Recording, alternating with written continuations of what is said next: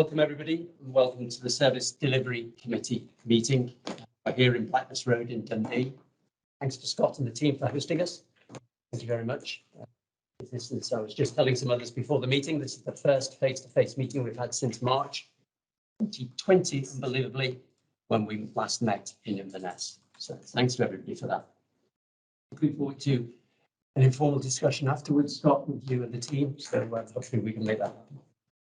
This is a split meeting. We've got some people up on the screen and just need to pay due attention to that as we're either speaking or we're addressing. And likewise, from the people up on the screen, if you can make anything you want to say very clear, and forgive us if we don't get you straight away. Thanks to Pamela, who's taking the meetings remotely, always a challenge. So in regard of that, I'm just going to ask everybody to go around the table and introduce yourself. Could you just, from experience sitting at the other end of a video conference, I wonder whether or not you'd be so kind as when you do introduce yourself, just give it really short, at a pace that's easily decipherable at the other end, and a slight pause before the next person speaks, because it really helps trying to orientate the room. So I'll start and I'll go to Ali afterwards. My name is Nick Barr and I'm Chair of the Service Delivery Committee. Good morning, Ali Cameron, Group Commander, Post Manager. Morning, Tim Wright, member of the Service Delivery Committee. Hello everyone, Angelina Foster, board member and member of this committee. Morning, Andy Watt, Director of Training, Safety and Assurance. Morning, David Farris, Director of Service Delivery. Good morning, I'm Paul Stallard.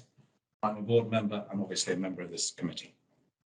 Good morning, Stuart Stevens, Interim Deputy Chief Officer. Thanks very much. Thank you. Thanks to everybody. The next point I'd like to just cover is a couple of thank yous. I think it would be remiss of me not to thank Ross Haggett for particular support to me as the chair of this committee over a very demanding period of the last couple of years. So I really just want to note that, and Ross and I very much valued his comments and his help and assistance in setting up and running the committee in quite a challenging time. Obviously, then, therefore, welcome to Stuart in a new role, although obviously a long-standing member of the committee. David, and in terms of being the Deputy Director of Service Delivery, and Andy as the ACO for Training, Safety and Assurance, and the Director. So thank you all for that.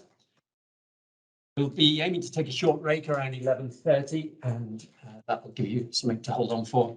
And then that will take us through to apologies, Ali. Thank you, Chair. Ali Cameron, Support Manager. So apologies today are from Leslie Bloomer. Also Robert Scott, Chief Inspector, HMFSI. Assistant Inspector. Thank you. To item 3, the consideration of and decision on any items to be taken in private. We have one paper in private, just get the exact title of it. It's the Operations Control Systems Resilience. Is there anything else that committee members have seen that they feel should be taken in private? I contend that that item should be taken in private. Okay, thank you. Move now to the minutes of the previous meeting. I've already been through these as part of the check on the minutes. Does anybody else have any comments or corrections? No. Okay, thank you for a good set of minutes. Thanks to Debbie for that. And that then takes us then to the action part. Thank you, Chair. We just refer members to page 13 of the pack, page 1 or 2. In regards to the service delivery rolling action summary, you will note that there's 2 actions on the summary, both of which have been marked blue as completed.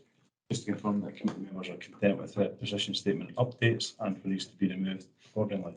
Thank you, Chair. Any comments, committee members? Consent. Thank you. Thanks for that.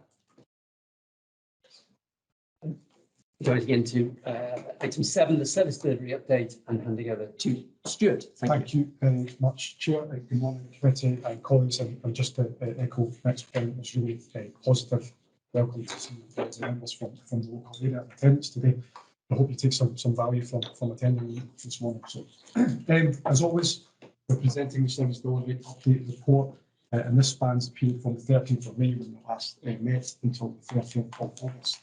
And this gives a flavour of some of the work that's been getting done across service delivery. Just for clarity, when I say service delivery, that encompasses both the service delivery director and the training, safety and assurance directors. Before we start, I think it's always probably noting any incidents of note that have taken place over this period. And the main incident of note was a large wildfire that took place in West Lothian and West Calder some weeks ago. It spanned 5 days in totality, and it shows the magnitude of these wildfires that we're dealing with at the moment and the effects of climate change. It also reinforces the need for the wildfire strategy to come to focus. And lots of learning from that incident, in which the team through operational assurance will be capturing, and will reflect upon that in terms of any policy and procedural changes that need to be made in light of that. So in terms of the actual report, I'll just pick up some highlights of the report, and then obviously Andy and David can expand upon any other points as necessary. So in terms of the Appendix A, I'll just highlight operational strategy. I know that's been well covered in the committee previously. That's now very much a live document, and the delivery plan for this year has been developed and approved by various governance forums within the organisation. It's probably more relevant than ever in terms of the resource spending review, and some other work that's ongoing at the moment. The need to harness technology and innovation in the organisation, and operational strategy is absolutely doing that and bringing that into focus. It also pulls together into various strands across the organisation, particularly around about training, research and development, and capital funding, and making sure that all those elements are absolutely aligned.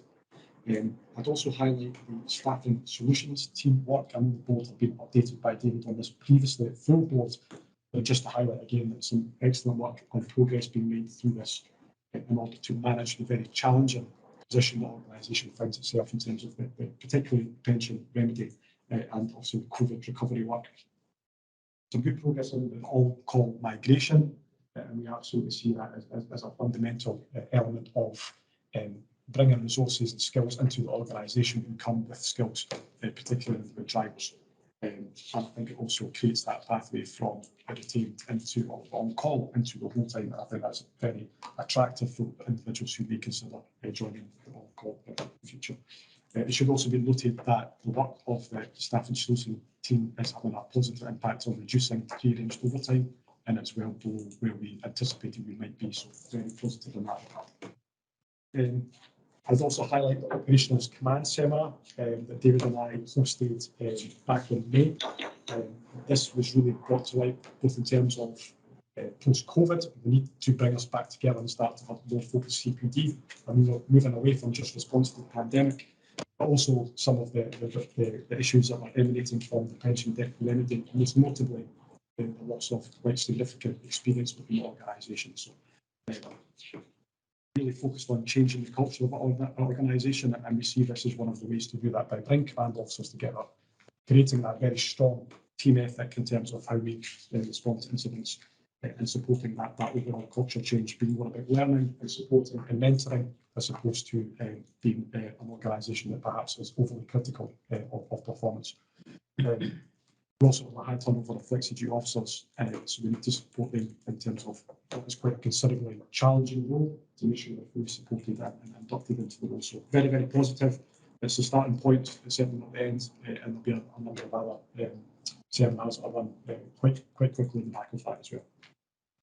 If you can give some update in terms of in terms of an evaluation, but the feedback so far has been very positive in terms of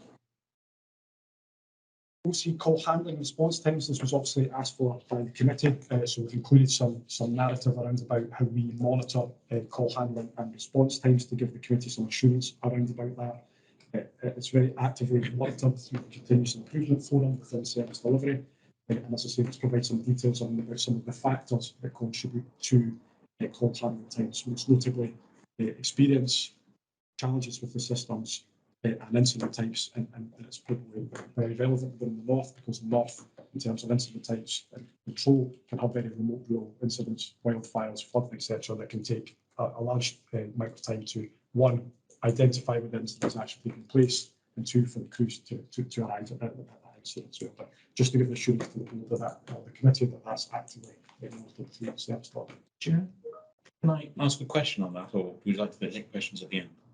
No, I think it's a fairly free-flowing conversation around this report. So, Please, very interested in that. Given the present 15% in development phase, it's a very simple question. Is that high or low, or is that what you expect? Because that seems quite high to me, and I just don't know whether that's high or not. It's high. Paul, David, I don't know if you were adding anything to it. Yeah, there's been a probably staff within operations control, and we'll actually discuss that probably in our paper in the private session as well. But there's a number of factors contributing to that, and 15% is high in terms of that treatment. And is that specific to one of the three, or is that across three? It's across the three, but it's most the high percentage of trainees are within Dundee OC.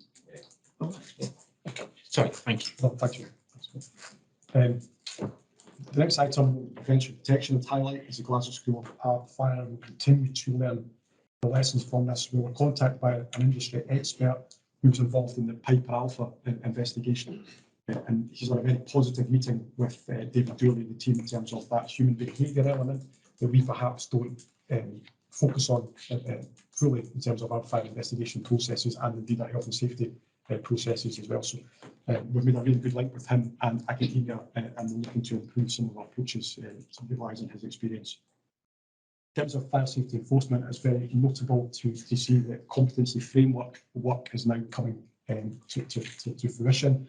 That was clearly linked to a lot of the Grenfell work, particularly the Judith Hackett report, and that need to link to being able to demonstrate firstly competency in fire safety enforcement. So as I say, that work has progressed well. And the fire investigation restructure, which colleagues might be aware has been on the annual operating plan for a number of years and has been immensely challenging. Very positive to see that now came in on the 13th of June this year. Youth volunteer scheme, again, very positive progress we made in the youth volunteer scheme, particularly in light of the COVID period. It's quite incredible the number of schemes that have been brought online during that period, and continue to do so. So feedback from these schemes has been hugely positive, and we've seen the evaluation recently was presented to the board. And likewise, water safety, again, a huge amount of work has been done and been led by the fire service on behalf of the Scottish Government and Water Safety Scotland. And fortunately, we've not seen the tragic events that unfolded last year being repeated this year across Scotland.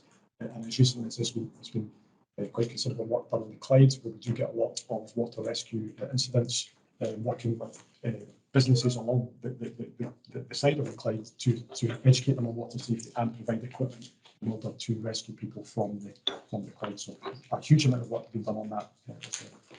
And the next thing I'd highlight is on-call for remote rural communities.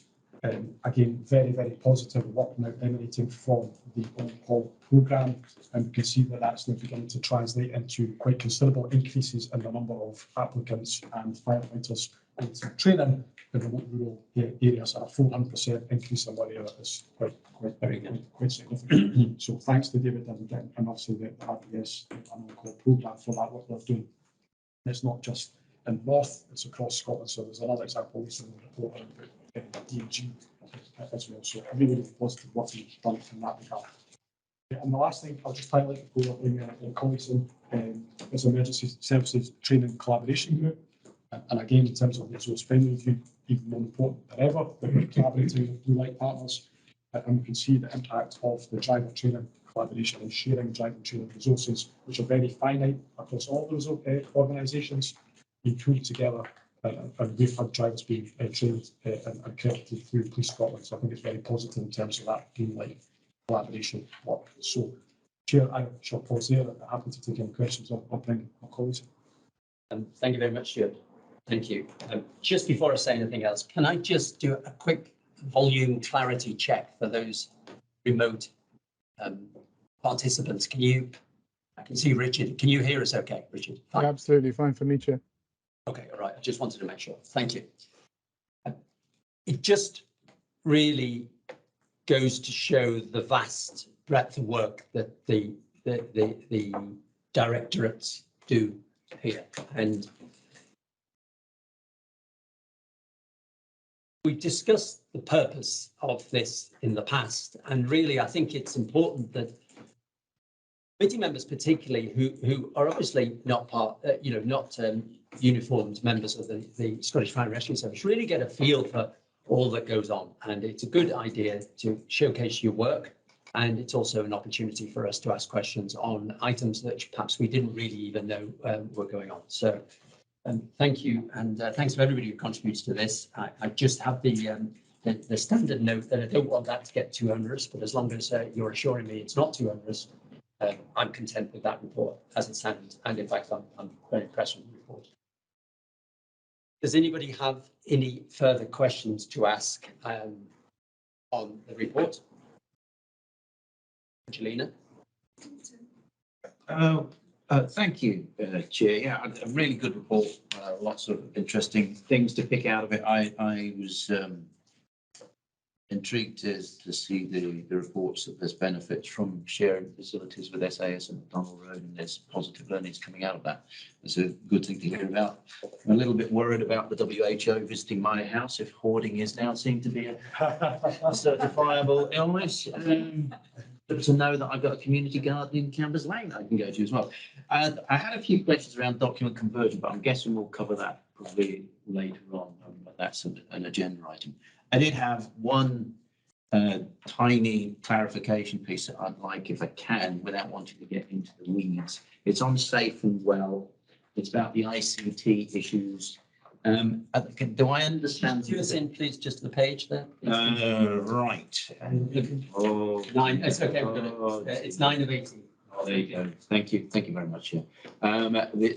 It talks about the ICT issues, particularly with partners and referrals. Do I understand the ICT issues to be our issues, or are they partners' issues? And there's a nice non-committal statement about the ICTs seeking to resolve these things, but do we get a sense of timeline associated with that? If it's our problem, if it's somebody else's problem, if it's partner related, there's limited what we can do. There's probably two elements to that, two as a minimum. Just give you the high level. There is the partner agency relationships and the system with regards to that. And then there's the progressive web app as well, and the application, that piece of work. I think it's probably worth holding because of our presentation later in the agenda. In terms of the safe and well systems specifically. So we'll go on and talk about the systems in more depth later on. Forgive me for being too Keen. No, thank you, Tim. Anything else? No. Right. Angelina? Thank you. Things, but firstly, as others have said, brilliant report, such a rich content, just fantastic to read. So first thing, I too had some inquiries around the 15% in development, but I'll follow David's steer and perhaps come back to that later in our business. Secondly, page 6 of 18. Can I just check my interpretation? So it's the bit on OC call handling response times, where it says on some occasions, as the mobilizing systems are fragile. So my question is about just what is that signalling? Is it a correct interpretation on my part to read entirely IT related fragility in that reference? Or are there other dimensions of fragility that are also being referred to there? Or is this purely a technical? At the risk of putting almost every question we've asked back onto the agenda, I think we'll probably cover that in the private session, Angelina, if that's, unless, Okay. Happy to get no, back. fine, we'll take that. Fine, yeah. And the reason I'm asking is so that I consistently interpret references like that as intended. Yeah. Do you see what I mean? Yeah, So sure. I'm really- Thirdly, then, can I say, in raising this third point, I may be running ahead of myself, in which case, I get that. So perhaps if I am, then I'm sort of laying a trail for maybe future meetings. But you mentioned in your very helpful introductory comments, Stuart, a couple of times, passing reference to the resource spending review. And as you know, at our full board meetings, that's becoming a pretty consistent theme, rightly so.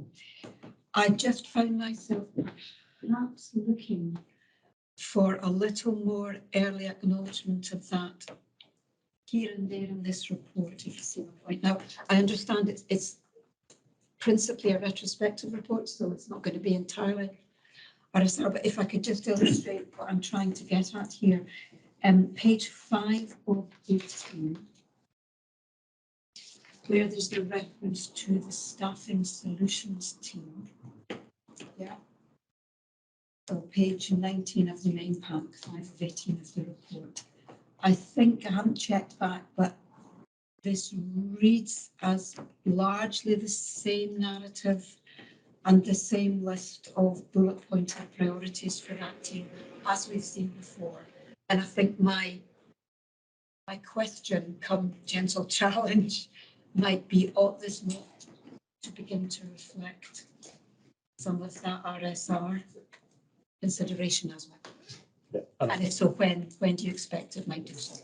I think as soon as the next report, Okay. this will change the narrative quite substantially when we have more of a sensitivity around the direction of travel. But your question. I think that's a very relevant point to bring out, and I suppose I think there's probably a degree of inertia, isn't there, in the way in which we've got the resource spending review, and as you correctly point out, we're reporting in a historical sense. However, there's also there's a skill and a changing manner in which we're going to have to acknowledge the resource spending review and the impacts of that. And as you say, beginning of we call it a trail of narrative that starts. I think so, because this staffing solutions team, as I understand it, is a bit of this report where it's more prospective Yes, than retrospective. Yes. See what I mean? Hence the, yes. Anything further? no, Could I come on that, Chair? Oh, sure, David. So just in terms of that particular question, I think as the chair of the Staff and Tactical Action Group, I think we've been very clear that regardless of the forward planning around the resource spending review, which clearly is advancing at pace, there is still a requirement to recruit firefighters. And there's still a requirement to, I would suggest, the bullet point list that exists within that section are all elements of work that we'd be looking to streamline as a matter of course and learn from experiences that we're currently in the process of dealing with in terms of the challenges under the detention regulation and others. And I think that link into the operational availability group and the industrial action planning is becoming clearer. So whilst the overall outcomes and the overall numbers may change, the focus remains the same in terms of streamlining our processes internally for the future. Not on the same subject, but Yeah. you have a small paragraph on fire engineering. Yes. Really, as this is the first meeting that I've been able to attend in person, I'm not looking for further information on that now, but as you would realise, that's an area that is close to my past. And I would really appreciate a chance to have a briefing or to meet some of the team or whatever you think is the appropriate input. And it's not to be critical, it's to drive us forward. Well, absolutely. I think that's absolutely welcome to support from considering the background. So we're more than happy to do that. Right, thank you. Point noted. And In terms, just to give you a heads up then, in terms of item 10 coming up in the document conversion, I too just really, I'll be asking you a question about risk and what risk do we carry on that document conversion project in terms of the slip and the delay. So in terms of operational risk. I'd also just like to note the good work that's gone on around the MTA response. I think that's been a challenge, and I think that's it's a good narrative that hopefully will now give us a model that will be sufficient for what we need. So thank you for that. And I've got one of interest question only. Who's my current cost? Somewhere in this report, you talk about driver training. Oh, there we go. The last part of driver training. Is all our training done in-house in terms of within the emergency services, or is there are there any third-party agencies that come in to do external training? It's all in-house. We have looked in the past about outsourcing elements of driver training. We found a real challenge in terms of the market, in terms of cost and quality. So we have done that piece of exercise before in terms of outsourcing some of the driver training.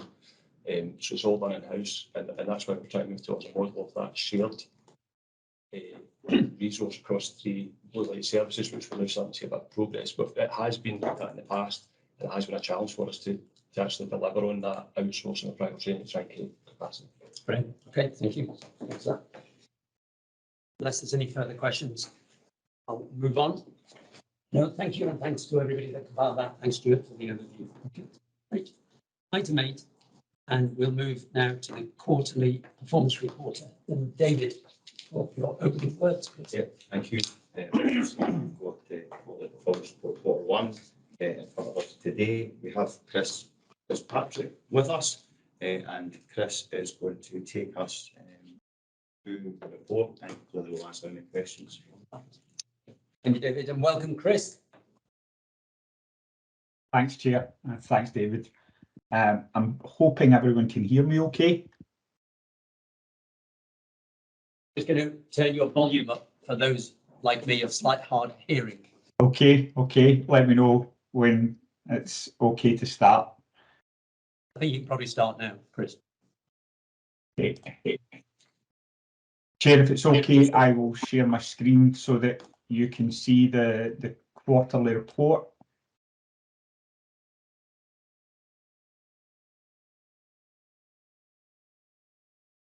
Okay, so hi, good morning all.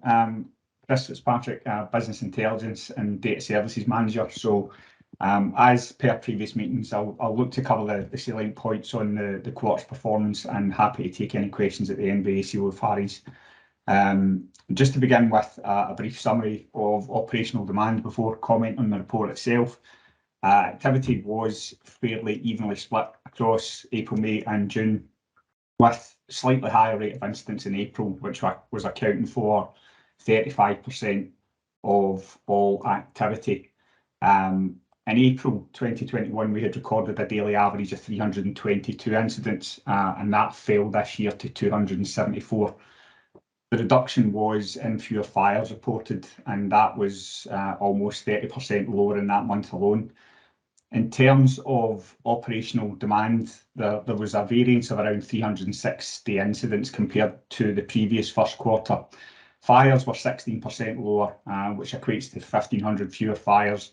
False alarms were 9% higher, which equates to about 1,000 more false alarms.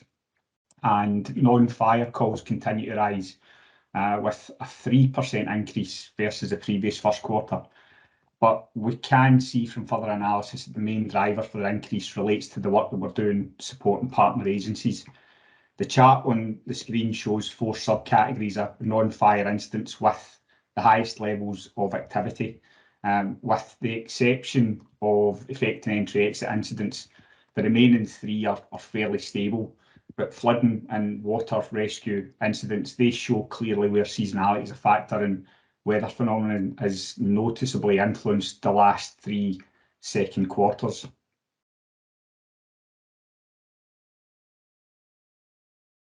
Fatal fire casualties were the same this quarter as the previous first quarter, and the current 3-year average. Non-fatal fire casualties were again significantly lower than previous quarters, but concerns around the quality of the casualty data has been confirmed with analysis that we've been able to conduct between the preparation of the paper and this meeting. So we have identified 117 incidents in Q1 that were accidental dwelling fires with evacuations carried out by firefighters, but no casualties were recorded in the fire reports. So it transpires that 32 of the 117 incidents contain evidence to suggest that casualties were likely present.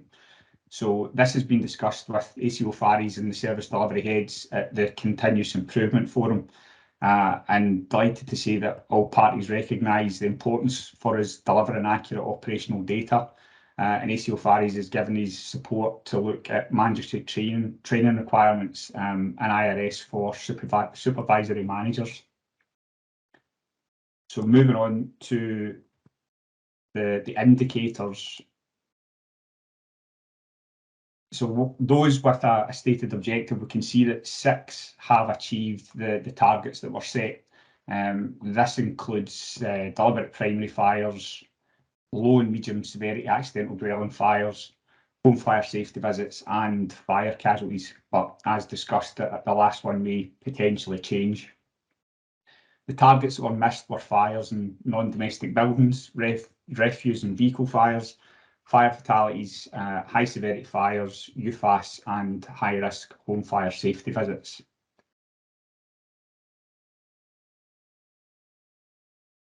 On page 3 of the report, committee members will be able to see, if I can get to it, under high risk visits that we fell below last year and we were off target by close to 20%. If I let you see further analysis on that, you can see that the table on the right hand side at the bottom shows that all 3 SDAs were below last year's high risk visit numbers. But in the West, we've got numbers down by about 20%. So again, speaking with colleagues in service delivery at the Continuous Improvement Forum, there's a feeling that extended visit times to visits where interlinked alarms are being installed is potentially a factor in the reduction of the visits. It's also possible that we're seeing the impact of reduced crews, appliances, and our ability to be able to carry out other responsibilities. UFAS rose by 0.58% against the 3-year average, and it's 18% against the previous year. The quarter is the second highest first quarter after 2018-19, where we'd seen 6,929 UFAS. And although the quarterly incidents don't appear to be increasing, there is evidence that specific property types are. So again, the top chart there shows you that the dark blue area, quarterly numbers in UFAS is fairly stable. But down at the bottom, we're looking at property types. So we see that educational properties are consistently the highest property experience in UFAS. And the line chart is just showing the history from 2013. So we can see there's a historical there's an increase over that time period of the number of attendances that we have. Just Chris, excuse me for interrupting, but just while you're on that slide, to save you going back to it, do you have any thoughts around the cause of that gradual increase from 2013? At this stage, Chair, no, I can't say anything other than this is the initial investigation, but this is the level of detail that we're starting to get involved with David and colleagues at the Continuous Improvement Forum. So the intention is working with Stuart Nicholson to develop the performance piece and make sure that the reports that we are providing for the Continuous Improvement Forum are more detailed in these types of areas. So where we feel that we are seeing something that needs to be looked at a local level, then that would be the next stage for us to take that forward, potentially then coming back and feeding back to the committee about any action that's taken. Okay, I think Paul just wants to ask you a quick question. I was going to ask it later, Chair, but as we're on to this, as we move forward to a time when we're going to have the UFAS change in our policy, is it worth starting to think about now, when we record these incidents as ones that we will still be treating as UFAS, still be reacting to, and those we won't be reacting, so we can start to split now what the difference in the statistics is? Is that a possibility or something we're thinking about doing? I would probably ask David to come in on that one. I think I can see the value in starting to gather that data. I think the practical application of that at the moment could be difficult in terms of some of the other challenges that we face. I realise it's difficult. I'm just thinking that to give us a benchmark into the future, that's going to be quite important. And it will also enable us to concentrate our work, your work, on the things we are still going to be responding to, whereas the things we will not be responding to become of a lower order. I'm not saying you must do this, I'm just sort of putting that into your mind, so you start to think over the next year that this is a way we need to change the way we collect our statistics. That's all. It's definitely a thought to park away and mull over. Yeah. Thank you, Paul. Sorry, Chris, I wouldn't normally have interrupted you, but we'll let you flow on. No, thank you. So yeah, just to comment, non-domestic building fires, they've increased against 2021-22, but it's a 0% change against the 3-year average. Long-term trend continues to show a slight reduction in activity. 9 of the 14 local senior officer areas, predominantly covering the large urban, are showing that they're achieving a rate reduction against the 3-year average. Fire fatalities and casualties on the next page. Yeah, in terms of fire fatalities for the last 3 first quarters, been very similar, both in overall fatalities and in accidental dwelling fires. The only additional comment I would make just now is really in relation to the gender split for the ADF fatalities this quarter. You can see that in the bottom right-hand side. We have seen a slightly higher number of female casualties within the same age groups of those occurring for male fatalities. Deliberate primary fires are down against target, but the variance is very slight. So further checks on reports would potentially influence that either way. So again, given that small figure, I wouldn't comment further.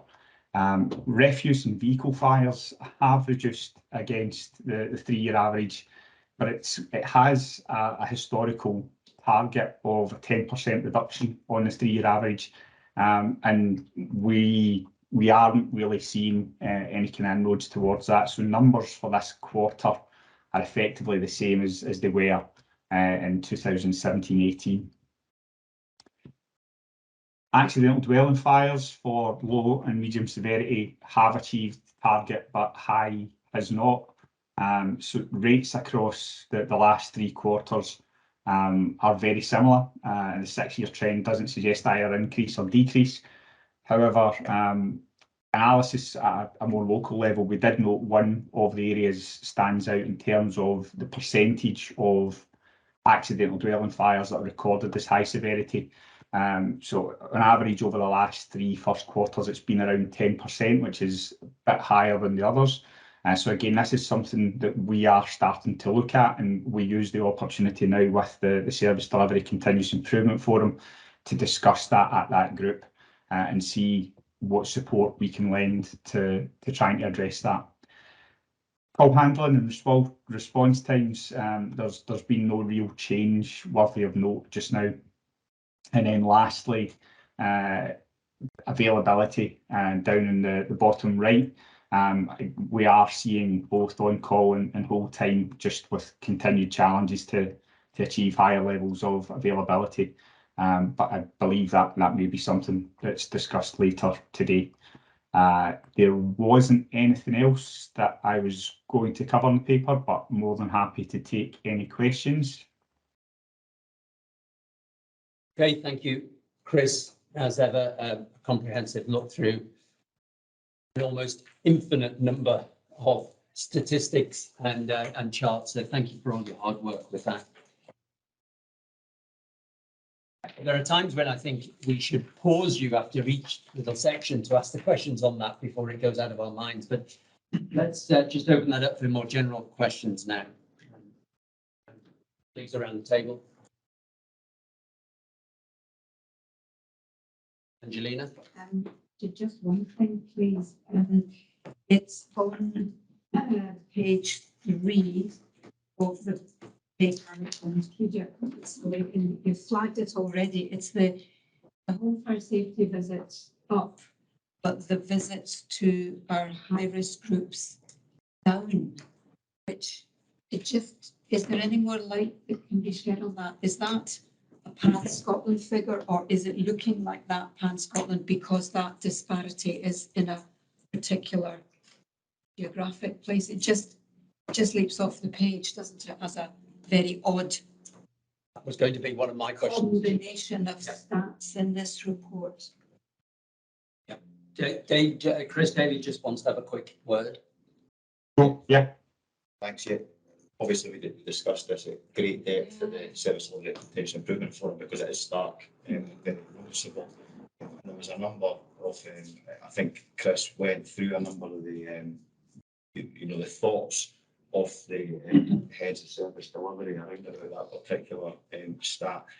In terms of the localities, no, it seems to be across the board, and those reasons that are put to extended visits into linked alarms and potentially reduced crew and appliances and the ability to attend doesn't really necessarily ring true in terms of the overall number of home fire safety visits being attended.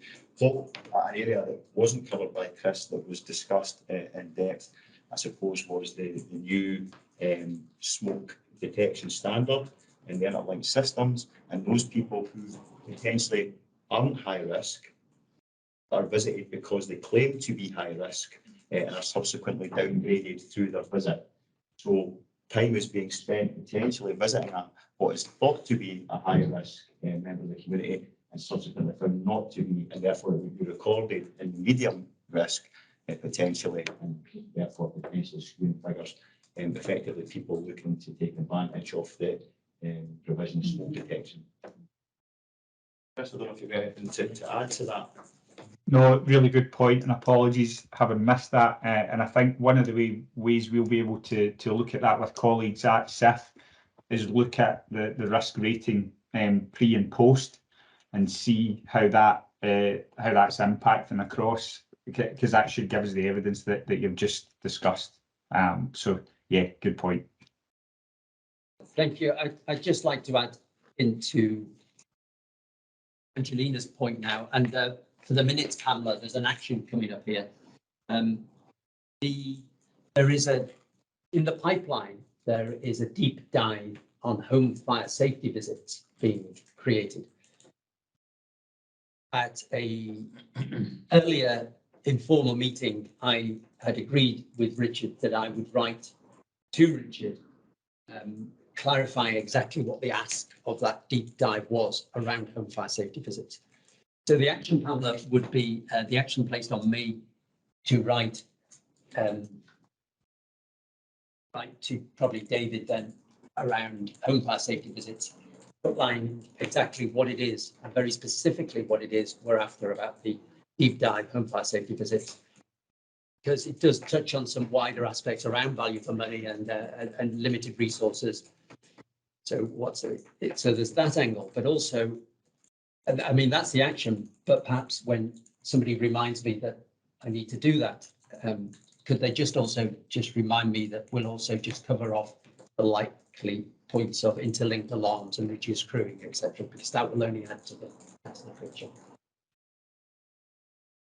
Yeah, I wonder if that also has a connection. I think, well, colleagues use it. Does it have a connection to the targeting activities, this partnership working that we were referring to earlier on as well? Perhaps just expand on that. Go ahead, Stuart. Whilst this is looking back in terms of performance, it's all very relevant in terms of everything that's going on in society at the moment, particularly the cost of living crisis, the service will absolutely not be immune to that in terms of operational demand and potential activity. So we do foresee people, single room living, using alternate means to heat their house, using alternate means to electricity, i.e. candles, as opposed to electric lights. So, and there's obviously an impact on our business as well, and more businesses potentially going out of business, and that presents insurance issues and things like that as well. So even more than ever, it's very important that we have that targeted partnership working, and I know David and the team are working in terms of how we can do that. And things like we've identified here of potentially the system not being targeted directly at vulnerable people needs to be addressed in order to do that. An incredibly intricate and interlinked series of causes and work and effects of even in safe and well visits, etc., which we'll come on to. Yeah, that's Anything further? Anything further, Angelina? Paul? just one point, and again, this is new for me. Looking at your fire safety audits completed, which is on page 3, I think.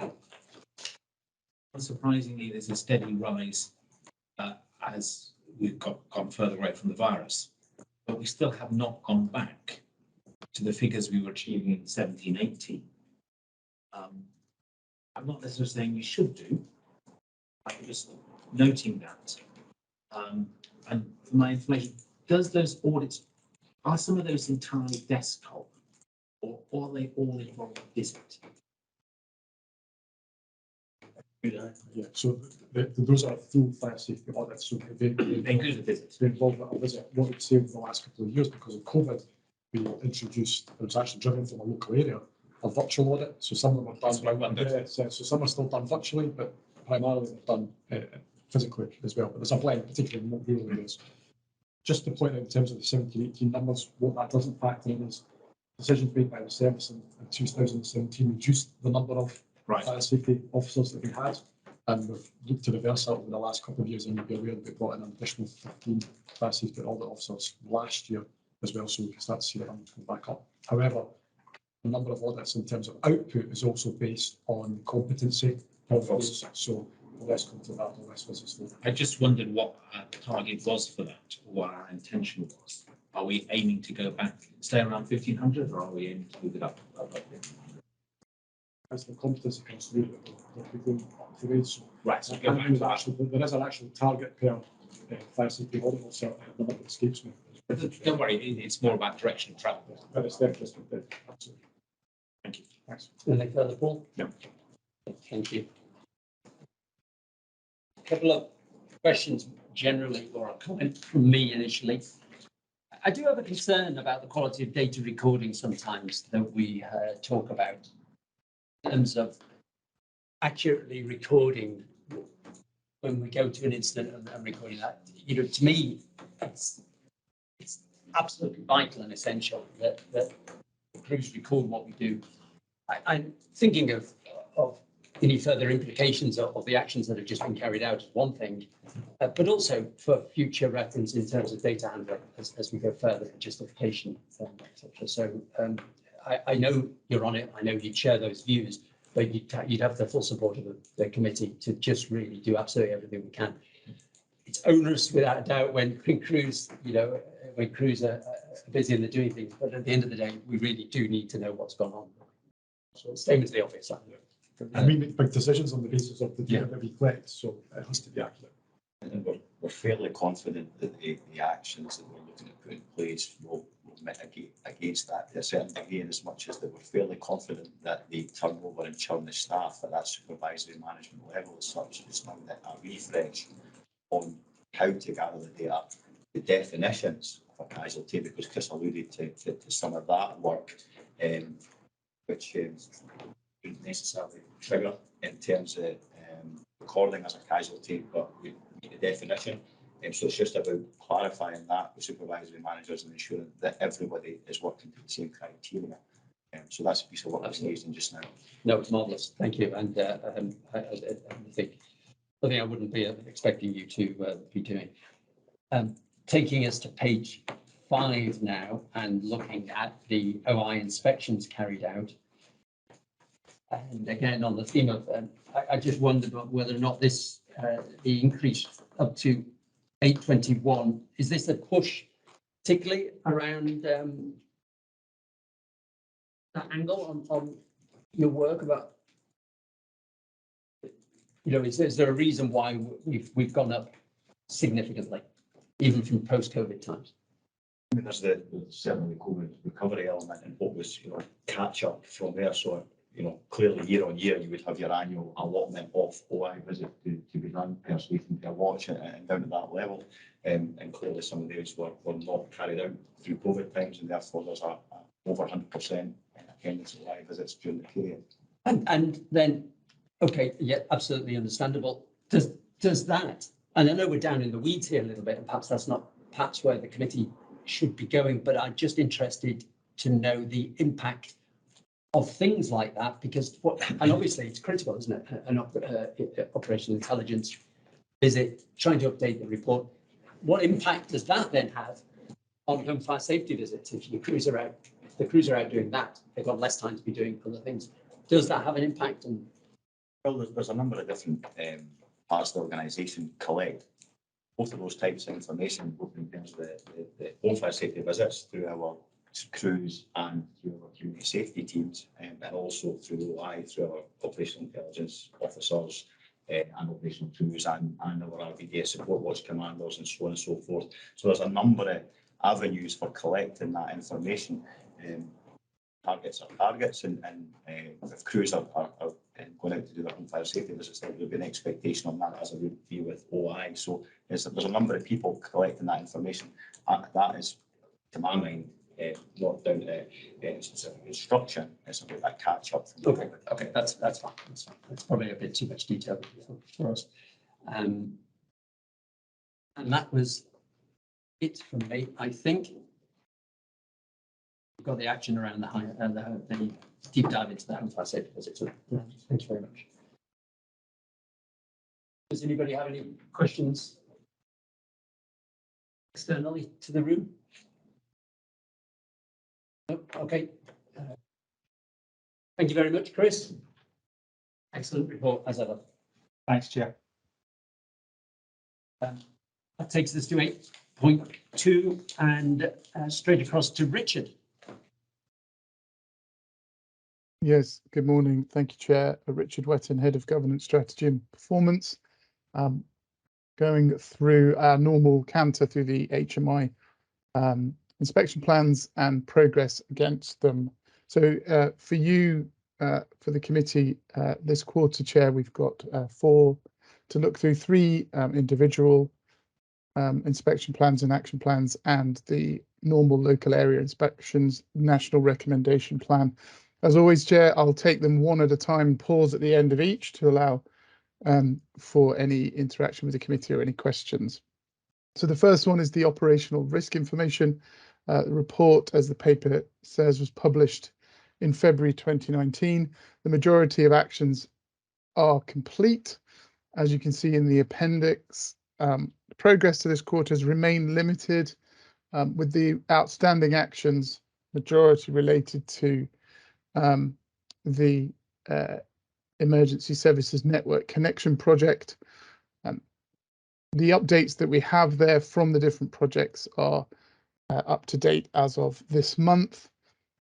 Clearly, as we understand and have discussed here before, Chair, there's a great deal of interdependency here with a project running UK-wide, which explains some of the delays to some of the projects here.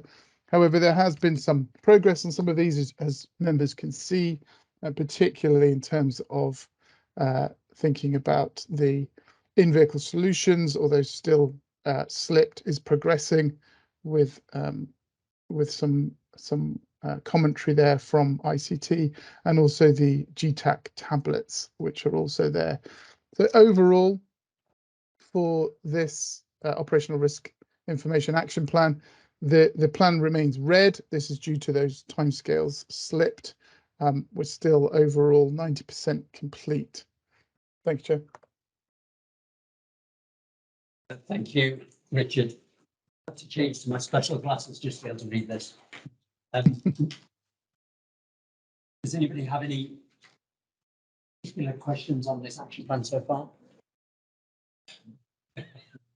I know where this is going. I suppose just generic frustration at the kind of never ending that we have with this. It's just goes on. They're read, and I understand that, you know, there's third parties involved, but I just read these things, recommendations have gone to a meeting in August. I get no sense at all about when any of these things are going to get closed out at all. And we'll come back to our next meeting, which I think is in November. And I have no doubt recommendations will have gone to another meeting in November and will still be no further forward. It's just extraordinarily frustrating, and you know it's throughout the red flag things throughout this report. I mean, you know, without wanting to say get into the weeds on these things and just turn into a complete rant.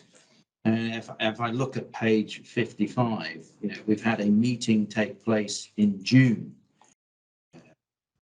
Still have no sense from this. All it says at the end of it is this action has been given a red rag status. Well, that's pretty obvious. I can see that myself, but I still have no sense about when we might get these issues closed out. And it's just, you know, I don't want to dig into any of these things specifically because I will be here forever. It's just that general frustration that it just never seems like a Russian novel. It never ends. It just goes on. And I'll stop at that point. Is the frustration that I also share about the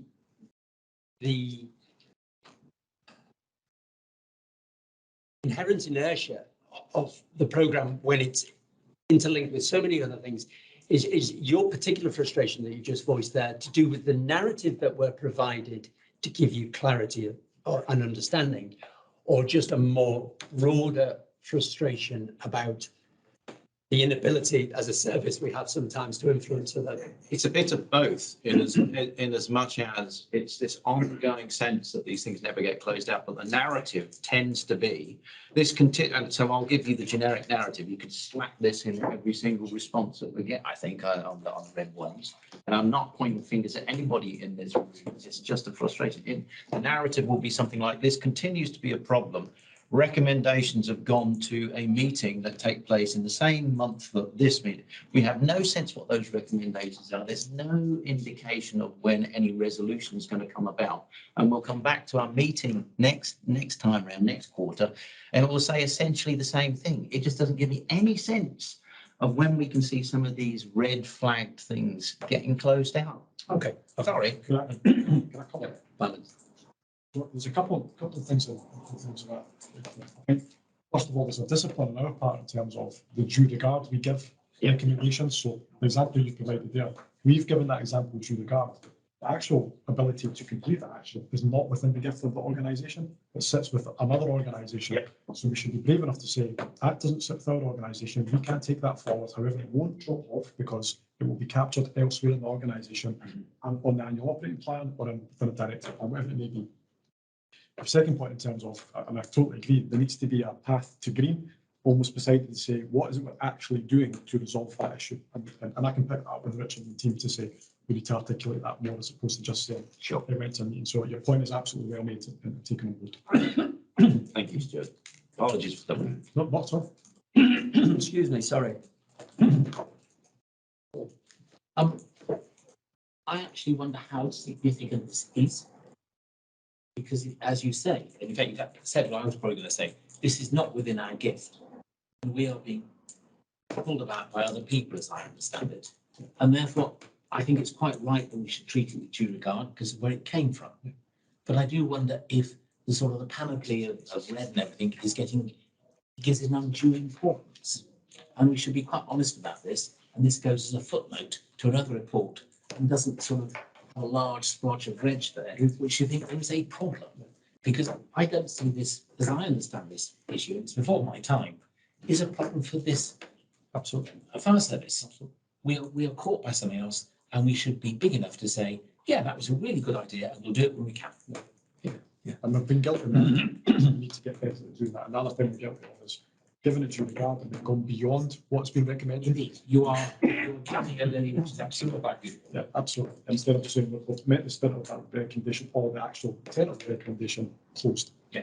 You know, the platinum plate, some of them, stuff like that. So it's all.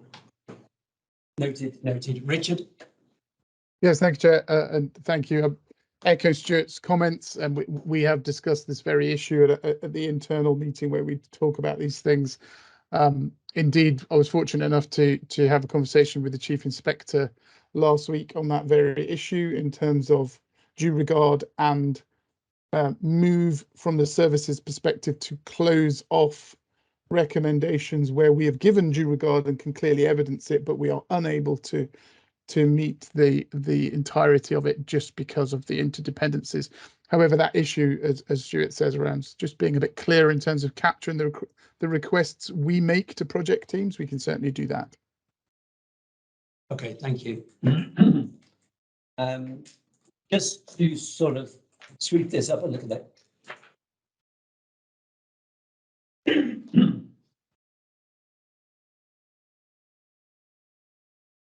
Just to sweep this up a little bit. Perhaps we could just take an informal note that that's to take place. I was considering putting that as an action, but actually it's an ongoing thing. So putting it as an action just means that we can't easily close that off. So in the very spirit of what it is we're talking about, we won't take it as action, but what we'll do is we'll just note that, and with best endeavours to, as you say, the path to green is actually a nice way of conveying that, what it is we're trying to achieve. And I reinforce what we're saying around answering the exam question. And that also brings in, Rick, and perhaps we could just touch on this in your piece towards the end of the meeting. Just in way, from my observation over the 4 years that I've been involved with this committee, it's just about the way in which actions coming out from the inspector are worded. And sometimes previously there have been actions coming out which have been very specific and very difficult to achieve, and therefore trying to articulate that in a way in which we can then have an action plan that results in green in a reasonable timescale is very difficult. So there's a skill involved with all that involved with this. So I note your comments, Tim. Right, where were we? Okay, my comments, Richard, sorry, which is still on the first one here. We've got some GTAC comments to be covered in item 11.2.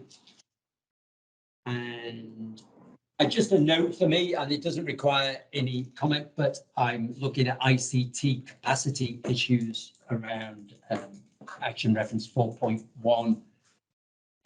Which then pulls in also the document conversion project, etc. And again, I'll come on to the GTAC stuff when we do that later. So that's us complete. We've given that due scrutiny, I believe. Thank you, Richard. Over to you. Yes, thank you, Chair. The next one for board colleagues is the planning and preparedness for COVID-19 update. This was the review of our activity and our work during COVID-19. Plan contained 15 actions of the 15 recommendations. To date, 10 have been completed. We are now looking at the remaining actions, all in progress, due to finish, we expect on time. Two just falling outside of that, although the report has been now submitted, so we would expect that to be complete in the next quarter. So overall, with the COVID-19 one, Chair, better picture. Overall plan is green with over 90% completion. Thank you, Richard. Can I just clarify, for my understanding there, what you just said? Are we looking? Did you say you're looking to close that off in the next quarter? And does that therefore mean that you would then be presenting a closing report? Those two actions that are in amber, Chair, we would expect those to finish in the next quarter. The final report for those has been submitted. Oh, okay. Then that pulls me into the question that we just talked about before around closing off actions when we've done as much as we can. And please, please disagree with me if you think I'm being over ambitious here. But the second and third actions at 3.2.12 and 3.2.13, the action description where it says no additional actions necessary as being progressed by SDMP, and the one above it, sorry, and then 12, no additions actions as being progressed by the director level project, etc. Is that something we can move on, move out, archive? It's a question for the wider audience, and Stuart's just said that, you can pick that up. Perhaps that's a discussion you could have off table around just doing a bit of a spring clean on that sort of stuff and see if we can move the on. David. It's a really good example of what we were discussing just in the previous point there. We're taking something to the nth degree. Yes. You know, the spirit and recommendations met, the work is in train. Yes. And we're not going to close it off until it's actually implemented. I've considered now. Yeah, you have, and you've got work ongoing, so therefore my thought, but again, if you could give that some consideration, that would be excellent. Anything further? Richard, back to you, thank you. Yeah, thank you, Chair. The next one is the Fire Safety Enforcement Action Plan, originally published in January 18. All of the actions bar one have been completed. The final action remains red due to the slip in timescales. And this really is related to, again, an issue that we are part of rather than leading, which is the NFCC piece of work, which is described within the appendix. So, Chair, the overall status of this report is red due to the slip in timescale only, and we are just waiting on the NFCC progress for that final action. So again, similar discussion there about due regard being given by the service, but effectively being unable to close it, or we've taken the view we've not closed it to this point because of that interdependency.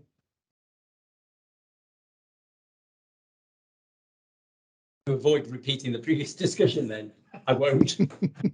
And perhaps you could have that discussion, and perhaps Stuart, again, informal action to have that discussion, but then in our catch-up meeting, Stuart, could we touch on that, please? Because it would be good to know how that is progressing as we have our conversations towards the next week. This is the issue. It's probably not the issue, but it doesn't just apply to this committee. This is an organisational issue in terms of who we manage these. We should be a vanguard in that respect. So, colleagues, do you have any further questions on that? Okay. Richard, thank you. That's the third one done. Is there anything you wish to say about the local area inspection? Really, just one current remaining action in progress against the national set of recommendations that come from those local plans. You can see that's from the Midlothian report. This was really just a basic delay in a project starting. That work has now been scoped and approved by the Asset Management Liaison Board. So project team is now progressing to the next stage. So that's just a basic delay on capacity. But other than that, all the other actions on that plan are complete. Thank you. Again, my mind is drawn towards ICT capacity in particular around that. And I'm really just draw our attention to that. So that completes my overview, Chair. You can see the vast majority of actions against all those plans have been complete, with the ones that we've discussed there in terms of ongoing actions and due regard to those actions. Thank you. And do you want to say anything? It's going to get broken record, so perhaps I'm not. Just going to say it's another example of that work has been, that recommendation has been complete. That work now exists on the capital plan, so you can close that action off. Okay. So I think then what just let me think about this for a second.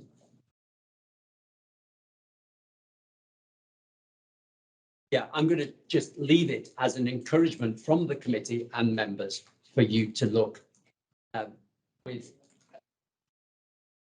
in quite a stringent way as to what it is we're actually writing, give us a real clear indication of the path to green, and also anything we possibly can to really move the actions on in the spirit of the original recommendation, particularly if we need to then just archiving and call back on a 12-monthly basis if it really is a long externally related issue.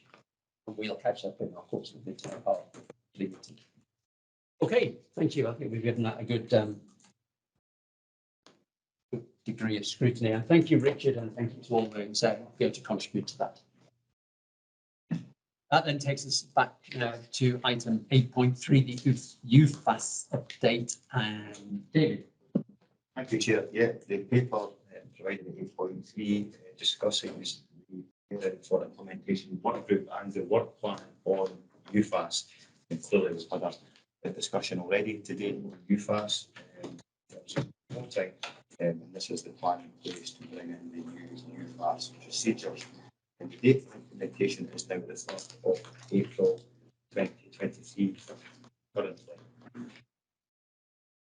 You can see under 2.3 of the paper that we have looked at a coordinated manner with 6 work streams progressing of the project, and we have a group commander from on this particular area of work.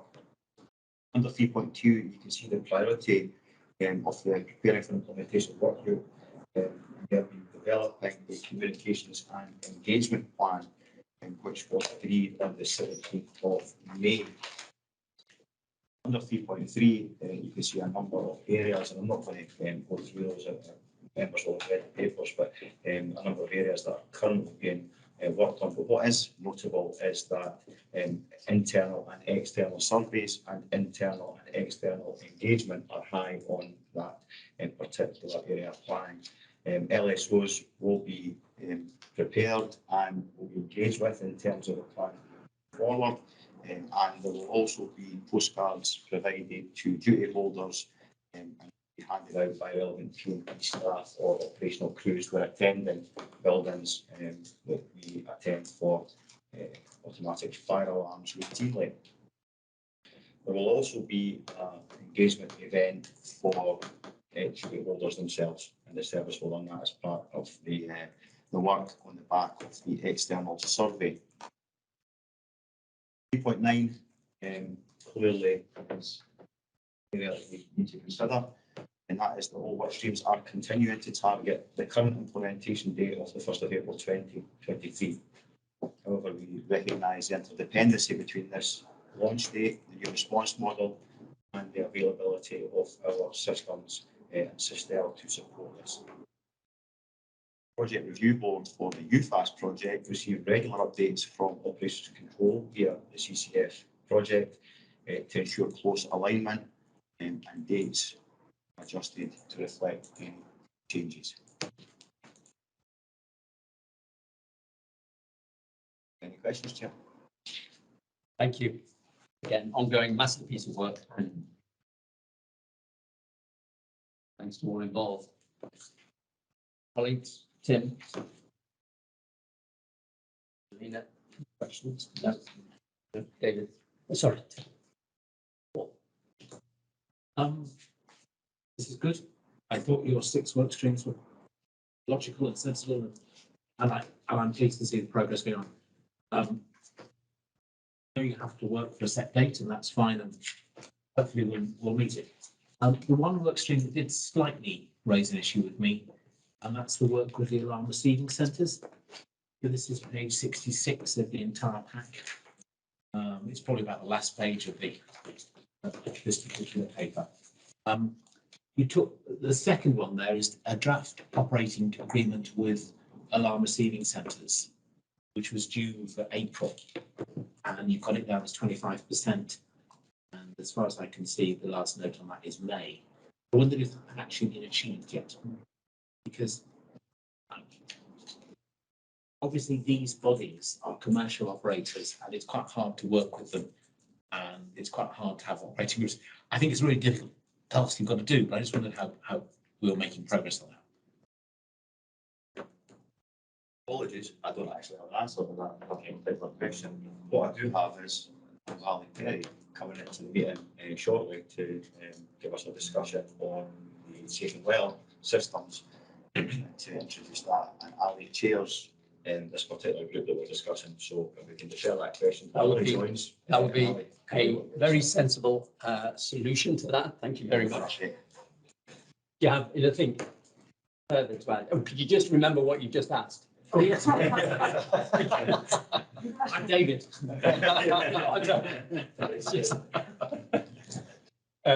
Yes, we will. We'll just unscrew that and put that off to one side. And And the second thing I was going to comment on that is the sector scope engagement we've got now is October, which is only 6 weeks away about. So I was going to just ask about the same thing, but maybe he's the guy to respond to that as well.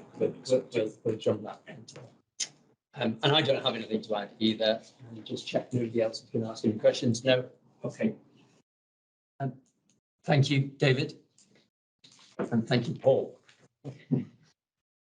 What I suggest, everybody, is actually we'll just pause for 10 or 15 minutes early. You can give Ali Perry the heads up that we're going to ask him some questions, and we'll come back just shortly after 20 past, please. Thank you. Okay, we'll reconvene now and we'll move to item 9. This sits with you, David, and it's an insight into the content of the Safe and Well system. Just before you say anything, David, just to cue people into this, we had discussed Safe and Well a lot, and I think board members talk about it a lot.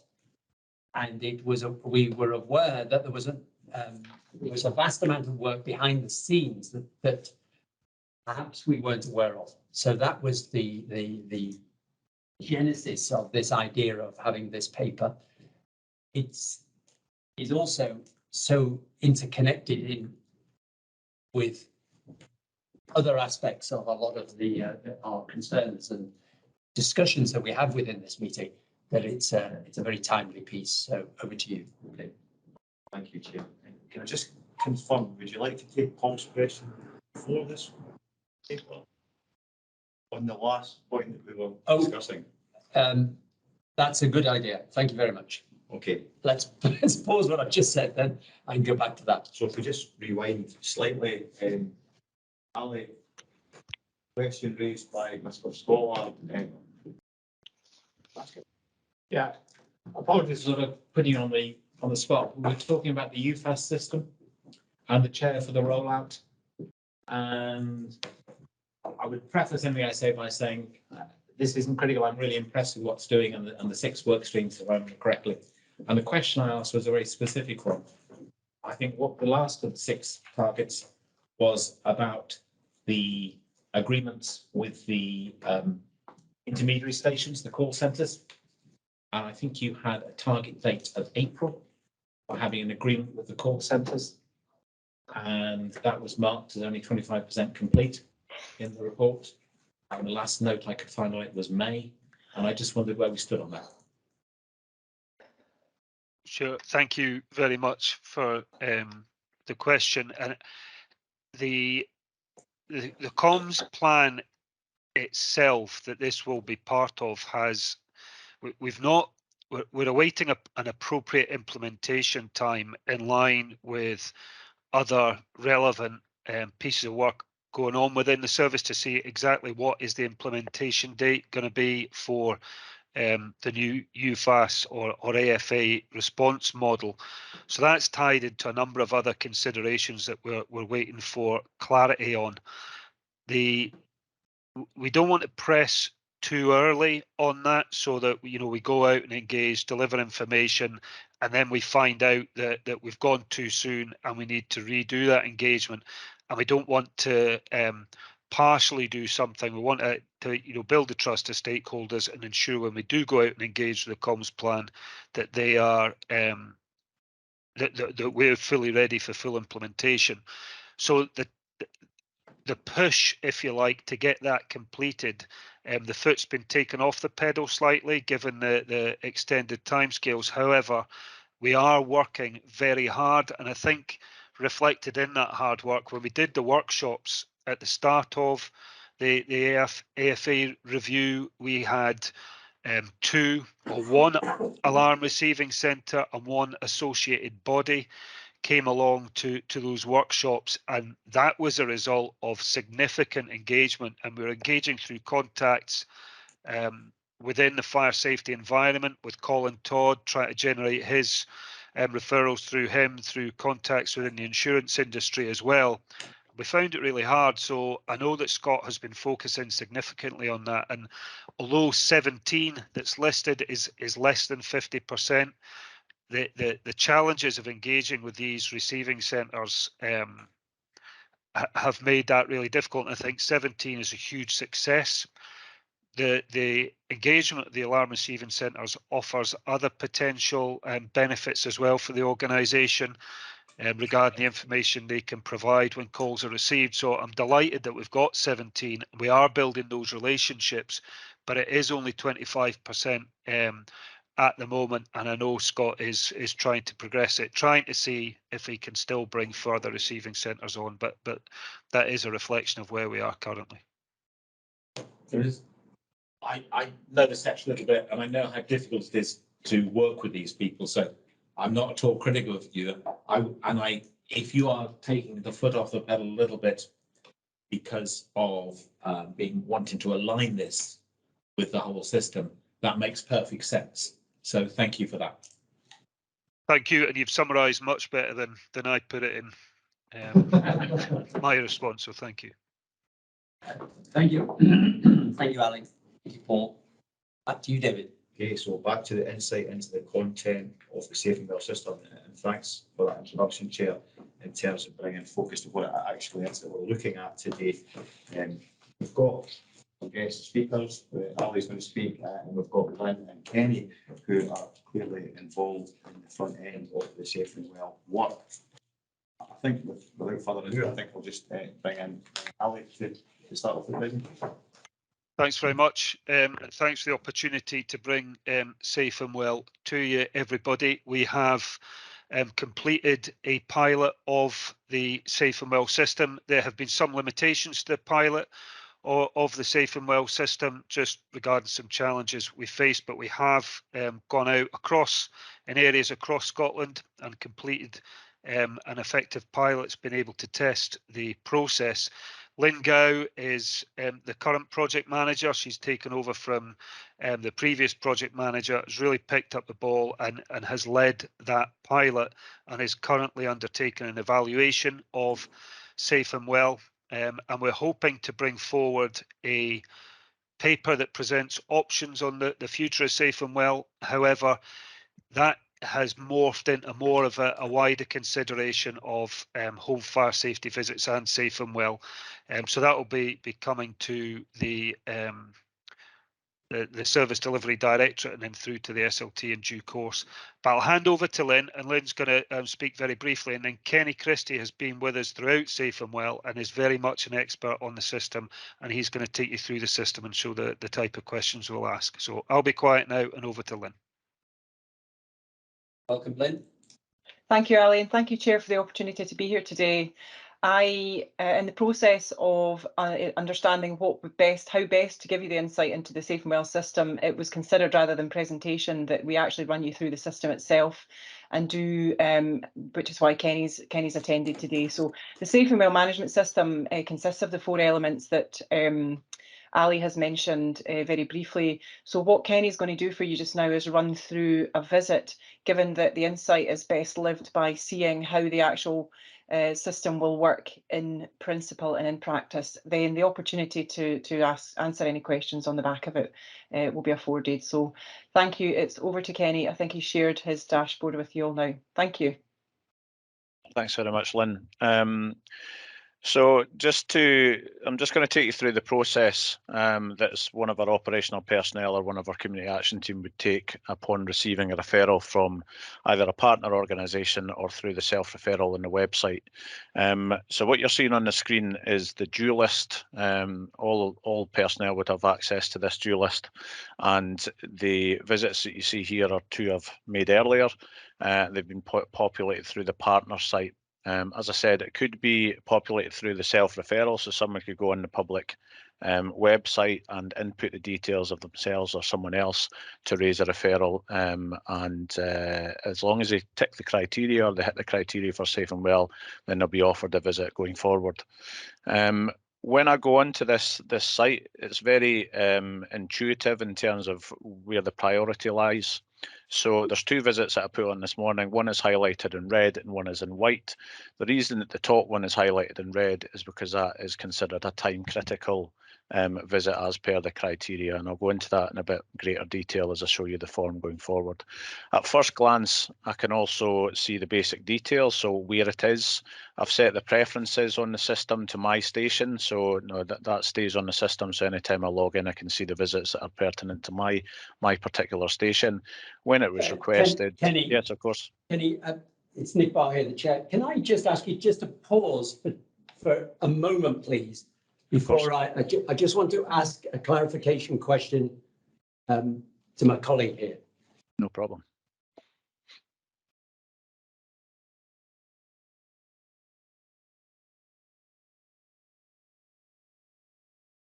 Kenny, I've got some previous history in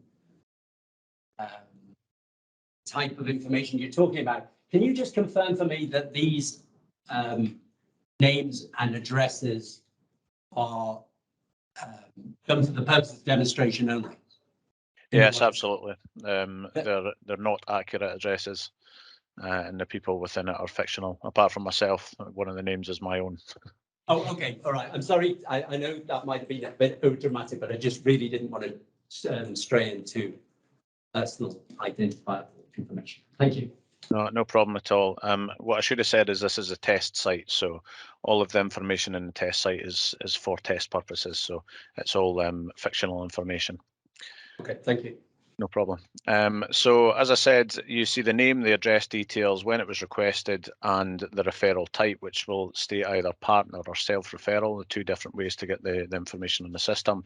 And at first glance, I also have information that is safety critical. So if the person that is receiving the visit is not appropriate to have a lone working member of staff, then I can see that at first glance. And if there's a joint visit required, then I can see this. Once I've decided I'm going to contact that person, I can select the actions on the right-hand side, and that gives me a whole host of options to take forward. Obviously, the first thing I'm going to do is look at the various details of why they've been referred, so I can look at the referral form.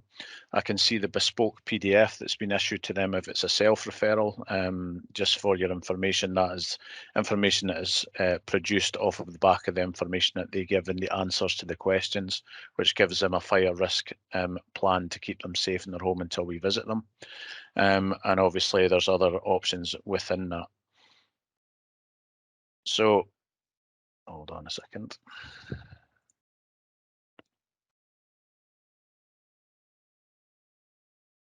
Just gremlins in the system. So what would happen is I would book the visit with that person and attend their home. And on attendance to their home, I would take my handheld device out and I could then access information as I sit in front of that person. So I would clarify that their address details are correct, the property type and ownership, and I would check their personal details as well. At that point, if we're all happy, we can move forward, which takes us to the form itself. At any point during this process, I can tab on to the submitted referral form. So the referral form, just very briefly, is made up of the criteria for safe and well, and it is made up of 4 different sections. I'll try not to scan through this too fast, but it gives us the exact information we need, which qualifies in for a safe and well visit. So at any point I can tab on to that. As I move through the information on the visit, I can answer the following questions. So it's broken into four different sections. The first section is the criteria. So it's pre-populated, the reasons why they've received the visit. So I would go through the information that has been ticked as well as the information that hasn't been ticked and make sure that that's accurate and a true representation of the person that's sitting with me. Once I'm happy with that information, I would confirm the qualifying criteria has been verified by the occupier. And then we go into the fire risk information, the second section. So this is more the traditional aspects that would have appeared under CSET previously, home fire safety visits. So personal habits, alcohol and smoking. Inside the home fire safety, so kitchen, cooking safety, electrical appliances, home safety, white goods, all of the things we've covered previously, but it goes into a little bit more in depth to allow us to gather the pertinent information. And then outside the home, so that the household bins for antisocial behaviour or the integrated garages, that kind of thing. There are sections, there's a lot of questions within the form itself. However, you only answer the questions that are relevant to yourself. So if the occupier doesn't have children under 16, then you would select no. But if they do, then it opens up further questions. And there's a few questions throughout the form that open up subsections. And obviously, if it was a paper copy, it would be quite a number of pages. But because it's all on a handheld device, it's very intuitive and very neat. Goes into detection, nighttime routine and fire action plan. And that kind of covers all the fire risk information. As I said, if they've raised this through the self-referral, section 2 would have been pre-populated as well, and they would have received the personalised fire plan, their PDF, off of the back of the answers that they give to these questions. Once I've built the rapport with the person, then it's important for me to carry out a visual check of their property to see if I can risk assess and see if there's any issues within that property. Obviously have to gain that person's permission to do that. So there's a question just asking if they're happy for us to conduct a survey of the home. And then I would walk around and look for the various risks that are quite common within that property. And what the form allows me to do is if there's an issue, for example, with detection being fitted that is not per legislation, I can tick on the box and tick there. So when I come to sit down with the person again, I can go through the issues that I've seen when I've walked around the property. They might not want us to see the whole property, so it's important for us to record that information, and I can say that I've not been able to check certain rooms within the house. When I sit down and go through the information that we've covered so far, it would become apparent to me that they might need certain further information from other organisations that are part of our partnership network within Safe and Well. And I would go into the next section, signposting and onward referral. There's a few questions within this that would allow me to identify if they need further help. I'll take you to the mobility and falls prevention section.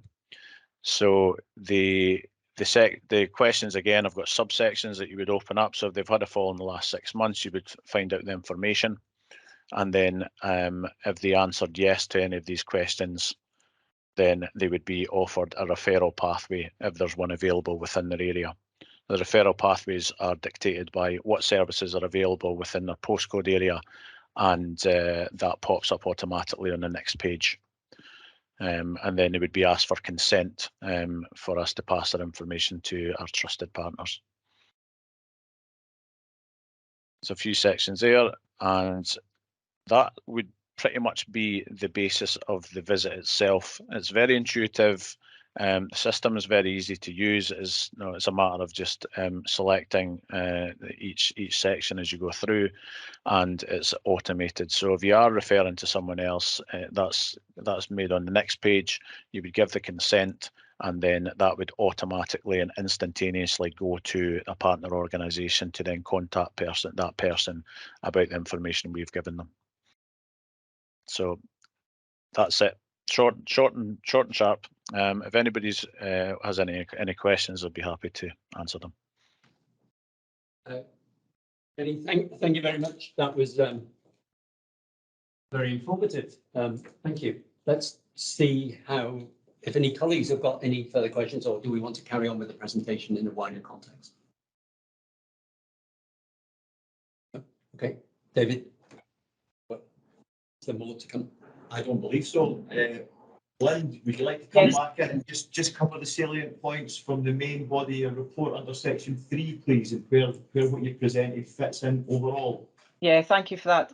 Thank you, David, and thank you, Chair. Yeah, thank you, Kenny, for the overview there. It's very difficult to try and summarise all of what's been achieved within the Safe and Well management system. As Kenny's highlighted, it's just, it's a whistle-stop tour of what the visit itself will contribute. Now, one of the key elements of Safe and Well to remember is really that this is all designed to tackle what the high-risk factors are within the home safety arena. So Safe and Well is looking to obviously tackle what the partner's referral aspect of it, and those that are most vulnerable through the unintentional harm element. So within the report itself, it talks about it being a modern, intuitive ICT system that's designed to support and manage the requirements of Safe and Well and home safety visits as such. Now, the home safety arena at the moment is under review. I think Ali kind of highlighted that at the very beginning. And this programme will dovetail quite nicely, this software will dovetail quite nicely into how we modify and use the system, the viability of the system in the wider context of using it within home safeties. The four elements, you've only had a snapshot of one of them. The other three all contribute to various aspects of that wider process that is the home safety process. For example, the partner referral site, which is yet to be launched. We're working closely with our colleagues in ITCT to complete what the partner referral processes are underway. Now, that's a very important aspect of the wider partnership arena, so that partners sign up themselves and refer all these high-risk vulnerable groups to us using a separate part of the software. We've also got an offline version of the software within Safe and Well, which is called the Progressive Web App, and this is in its completed it's nearing its completed stages to be able to use that, and that's where crews will head out, and where there is no mobile signal or Wi-Fi, we're able to capture visits and still provide real-time advice to people on the ground. So the system itself, what we're hoping to is ensure that we're able to capture from a qualitative and a quantitative methodology some of the data, and obviously we're working with business intelligence to see what the system's telling us to be able to generate performance reports as well. So that largely concludes the general nature of the Safe and Well context, and hopefully you've had a bit of an insight as to what the system will do, obviously within the wider process of home safety. That's something that we're just now working on through the evaluation and through the next steps. So thank you. I'll hand back over to Ali if there's anything he would like to offer up. Thank you. No, just if there's any further questions on the Safe and Well process as a whole, we're more than happy to respond to those. I think we'd sought to provide a run through of what the content of the visits is. Obviously, the aim of Safe and Well is to expand the visits beyond just fire safety. Now, the visits will still come into us prioritised by the risk to fire, but during those visits, we all know that vulnerability crosses boundaries. People are not just vulnerable to fire by virtue of the fact they're vulnerable to fire, they're vulnerable to other things. And that's captured within the Safe and Well visits, for example, hoarding, where we can direct people to appropriate support. And the intent with the system and what we achieved the initial stages of the pilot was to bring partners on board, so wherever possible, those referrals are automatically conducted by the system. Challenges we've experienced, and it was referenced earlier on, the GDPR challenges we've come across with partners is working with them and their own internal workings, getting approval from their organizations to share data and move into agreements with us is challenging. So further work for Safe and Well, not as part of the project or pilot, because it'll be morphed into business as usual, but the further work that I'm discussing with Lynn is building FAQs that we can provide to partners to make that process easier, and also providing a dedicated member of staff that will engage with key partners so we can progress the relevant GDPR agreements with them, data sharing agreements, so we can pass over names and addresses effectively. That's always a challenge, as I think we all know in the room, that sharing of data is really difficult. And as we move forward, I think it's not a barrier, but it will be a hurdle that will become increasingly better at getting over. But that's, I suppose, it's always well received by partners. The rep bodies, certainly the FPU, have been given a run through the system. They were very supportive of the system. Clearly, the element they see as a challenge is the partnership referral element when we're moving into that broader wellbeing environment. But happy to take any questions at all. Thank you, Ali. Thank you, Lynn, and thank you, Kenny. Very interesting comments and presentation there. So I'll just open that up to comments from the team. Anybody want to? Angelina, anything? Yeah, well, just generally, it makes my day, can I tell you, when I see things on the ground that are genuinely joining up public services, both at the level of understanding what individuals need and then, talking to one another across different sectors to then deliver a more holistic response to the needs that you find. So I just think, this has to be the way forward. So just flipping well done, everybody, because this is sectoral and local leadership, isn't it, around that more holistic approach. So brilliant. I'd just be very, very keen to keep in touch with how it develops and to offer any, practical support we possibly can, because I just think this has to be how we go. Yeah. And just adding some more what's more of my thoughts onto what Angelina's just said there. I mean, even going back to the resource spending review, etc., if we can evidence savings outside our own fortress to other fortresses, then that's got to be a good thing. Also, it is just a good news story, but it's not without its challenges, is it? I mean, the whole, as you said, data sharing, partnership working, people are very cautious with this sort of data. It's very sensitive data. It's a difficult ball to juggle. But obviously, you're hearing from us that we very much support that. Anything further to add just a moment, Angelina? Thanks, guys. It's a good presentation, and I'd like to learn a little bit more about the pilot. What you said you'd undertaken a pilot scheme. What sort of scale was that? I got several questions, so if you don't mind, I'll ask them all, and then you can choose how to respond. The other question is a very simple one. Does the tech work? And of the other two elements that have got to be delivered, the progressive web application and the partner referral site, are we on track for those to be delivered in a timely way against our own timelines? Thanks very much, Lynn. Do you want? I'll bring Lynn in a second. I'll give a wee overview and then bring Lynn in. So I'll let Lynn talk about the pilot and the scale, but the end of that pilot's now completed, and Lynn's undertaken an evaluation with the data we gathered.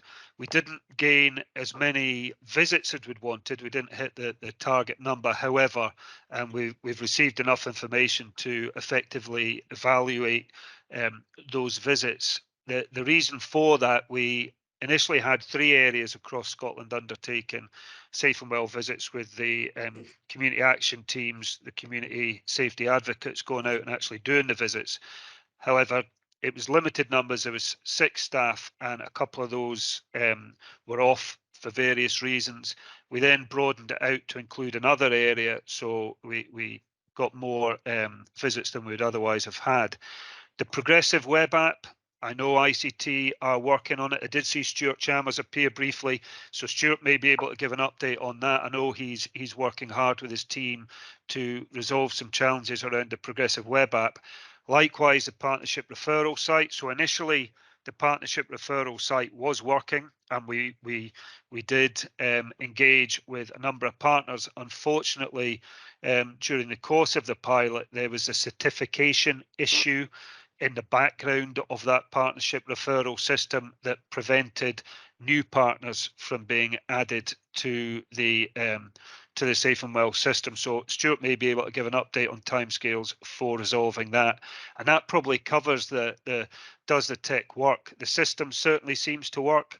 We were bringing partners on board, but when the other certification came in, that brought a halt to that.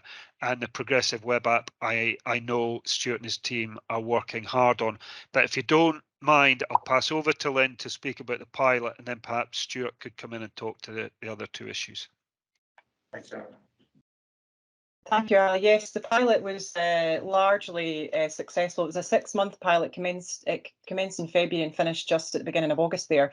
And we're in the evaluation phase of what we have learned from the pilot. But what we largely had within the pilot phase, in fact, throughout the Safe and Well design, was we started off with a focus group of 18 members of the Scottish Fire and Rescue Service mapped throughout the whole of Scotland in various different communities, rural, island, central belt, and that gave us the starting point for developing some of the initial thinking around Safe and Well. That merged into 6 community safety advocates undertaking pilot-specific work where they were trained on the software and given mobile devices to then go out into their communities and undertake, alongside their normal home fire safety visit, a visit under the guise of Safe and Well as a pilot element. We managed to do so. These 6 community safety advocates are located in 3 of our different the 3 different service delivery areas, and they undertook 179 visits in total and have provided us with qualitative and quantitative feedback on the nature of those visits. The time taken for visits is roughly about 45 minutes. So what we find is the experience of those piloteers out into the communities is they're spending a bit more time talking about that real lived experience and those, the specific risk factors with people. So I'm looking forward to digging deep into those qualitative evaluation elements, and also from what the system says itself that it's telling us. So we do know the locations of the visits. We can capture various data to see what the actual visit benefits are, who it is we're reaching.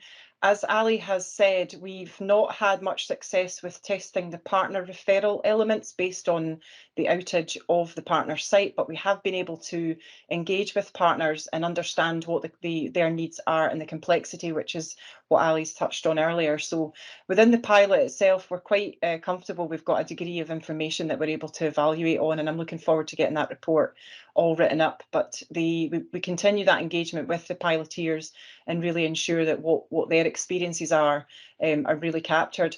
The actual service, the end user experience has also been captured. We've made calls to 3/4 of those recipients of the Safe and Well pilots have received calls and provided feedback on that experience. So it's a wide-ranging evaluation that I'm hoping and I'm looking forward to capturing.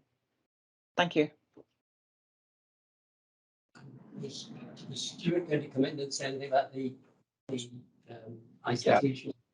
Yeah, hi there. I'm Stuart Chalmers. I'll just respond to the 2 questions about the ICT part of the system. So with regard to the certification errors that were occurring on the Microsoft site, that has been with Microsoft support, who have now resolved those issues, and we are redeploying the site to that new infrastructure that Microsoft have stood up for us, and that's happening this week. So it's currently in test at the moment, so it should be ready to go live at the end of the week.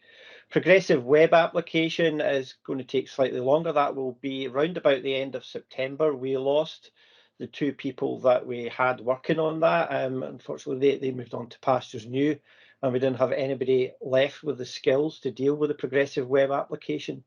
So we have engaged with a third-party technology partner that we use to help us get over that hurdle. And we also have a member of agency staff coming in to work on that, whilst we train some of our remaining senior development engineers on the architectures of the progressive web app. Stuart, thank you for that. Okay. Have you got any? I've got one follow-on question from that. Do you want to? I just, Stuart, that was great. Thank you very much for that Update. And I suppose the only remaining piece was, where are we on the original timeline for this? Are we on track for delivering this against what we set as our target date, or has it slipped a little? Or? Hi, if I could come in on that, it has slipped. We have adjusted the timeline from the very original timescales due to various factors in progressing the project. We are meeting the current timelines for the project at the moment that have been agreed through the SMB. Just while I'm on, Angelina talked about the pilot and what the system might offer to partners. When I'm engaging with partners, certainly we have the potential with the system here that formalizes and captures that engagement with partners. To me, it solidifies links with partners and is really progressive, particularly in the home safety environment, and it's well received at all forums where I raise it and discuss it. For example, at Public Health Scotland recently, it's seen as a real opportunity, and I am particularly pleased at the focus on vulnerability in those at high risk. It's using our resources in the most efficient and effective manner. So I welcome and thank you for your comments. It's something I'm really proud of, and if we can roll this out across the service, it will be a real improvement in community safety. Excellent. That's great. Thank you very much, Ali. Can I just pick up something that Stuart said there that builds on Tim's question? Stuart, you mentioned some challenges around capacity and going out to a third party. What's your current status right now in terms of your own personal view about the capacity required to progress this at a reasonable pace? Do you feel the ICT element is able to deliver? So with this particular project, we're nearing the end state of that, so that the bulk of the development work's done. So we are able to support that moving forward at the moment, and we are currently in recruitment as well. We have a recruitment campaign ongoing to try and recruit more ICT staff. In fact, we have some interviews lined up next week. So, I think where we are with this project, we shouldn't see any significant delays. Thank you. Thank you. I feel like we're just at the tip of the benefits iceberg with this, really, in terms of what we can do. I forgot where I'm up to now. Tim's done his bit. Angelina, have you? No. Oh. 3 little points. First of all, to echo what Angelina said at the beginning, I think this is exactly the sort of thing we should be doing. Really pleased. Wonderful to see that. Second thing, and this is possibly, I've missed it or I've never seen it. What is the revised timeline?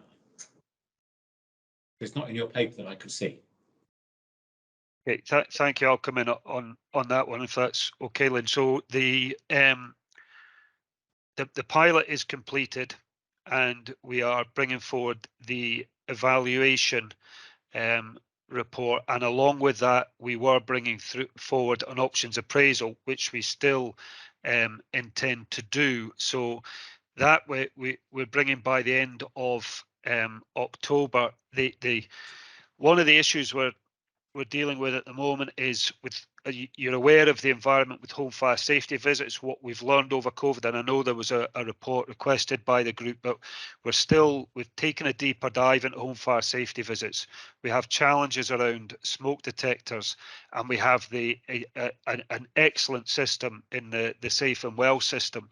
So we're looking at how do we move forward with home fire safety visits, given the smoke detector changes that we've experienced, and building in the learning from Safe and Well. So what was simply an options appraisal for safe and well is conflated with a review of home fire safety visits. So we're considering that whole home safety arena, and we'll bring forward an options appraisal, because if we deal with one or other in isolation, I think there'll be changes required again and again as we move forward. So we want to do a deep dive now and bring forward a suggested solution as to how we move forward with the home safety across Scotland. And when might that option appraisal be available?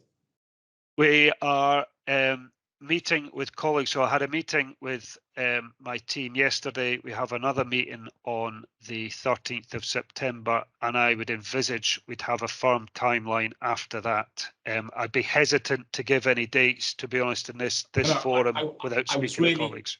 I was really just thinking, am I talking about the beginning of next year, or am I talking about the second quarter of next year? I'm just, that's sort of scale I'm looking at. So this is interdependent with the ongoing discussions with the FU in regard to expansion of the firefighter. Fine. So that's the key driver in terms of the timeline, and the options we may need to select from will be dependent on the activity of those talks. So there's an interdependency with that work that's ongoing at the moment. So that's a very helpful comment. Yeah. Thank you. Can I raise a third point? Very briefly. And this isn't specific to your project at all, but I think it's really impressive. But it just began to occur to me that if I was sitting at a university court on this, and it was a piece of research, you would have to have put this to an ethics committee. How does the SFRS deal with research, which this is research, which have an ethical dimension? Do you have any external body validating that your approach is ethical? Because you have used members of the public and collected data from them, which immediately raises alarm bells. It's an interesting question, Paul. I'll be happy to hand over to colleagues who feel they might be able to answer, or we could perhaps defer that to come back, I don't know, or perhaps take an action to provide a response to that. I'm not even asking for a response. I'm asking just for an awareness within the organisation that there are research projects you do which are incredibly valuable, but to be absolutely squeaky clean, we have to show that we have an ethical policy.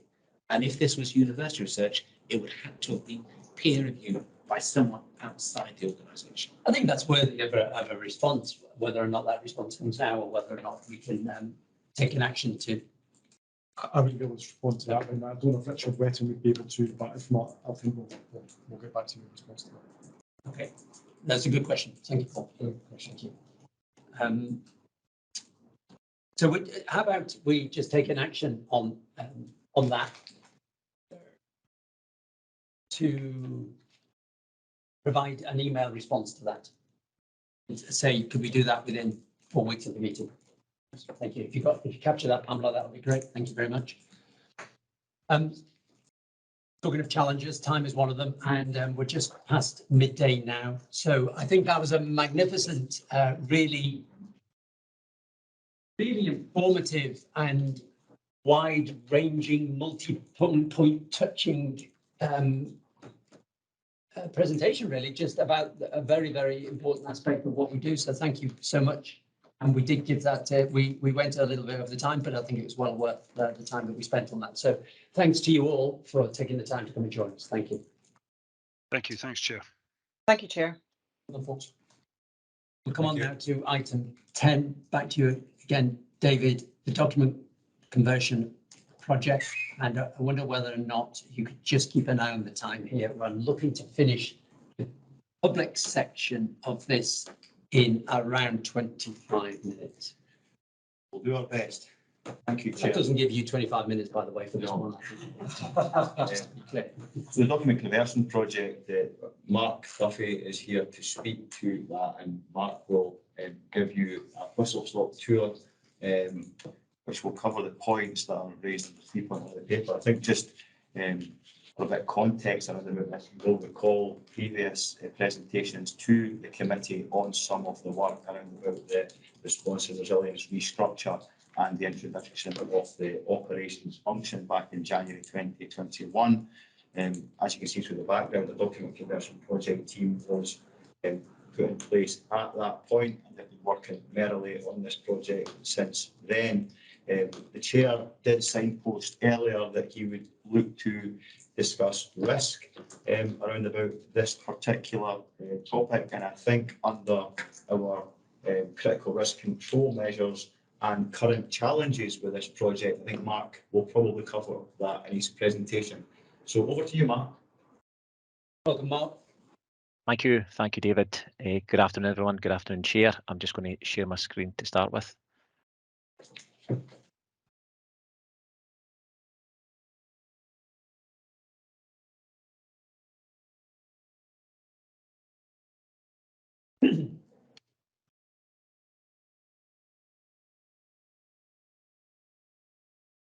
If you can just confirm, if you don't mind, that you can see the slides okay? We can, thank you. Perfect, thank you. So the aim of the document conversion project is quite simply to reduce documentation and duplication and collate all the written information into more manageable documents that our operational staff can use easily. Now, the first part of this plan for the team was to reach out to our uniformed colleagues, which included whole time and on call, to ask for their opinion on the current operational documents that we had within the service. To do this, we created an online survey, which was distributed to all uniformed staff, with the survey containing 17 questions. Now, the survey went live back in February 2021, and once this was completed, the results were all collated, and based on the opinion and recommendations from our uniformed colleagues, a further plan was created to implement the changes that our staff had requested. So the policies and procedures team that was put in place, as David mentioned, in January 2021, did have an idea as to what was required to be done, but the feedback from staff was absolutely invaluable, and it was important that we took on board their comments. There were three common themes that came from the staff survey. So that the first theme was about the number of standard operating procedures that we had within the service.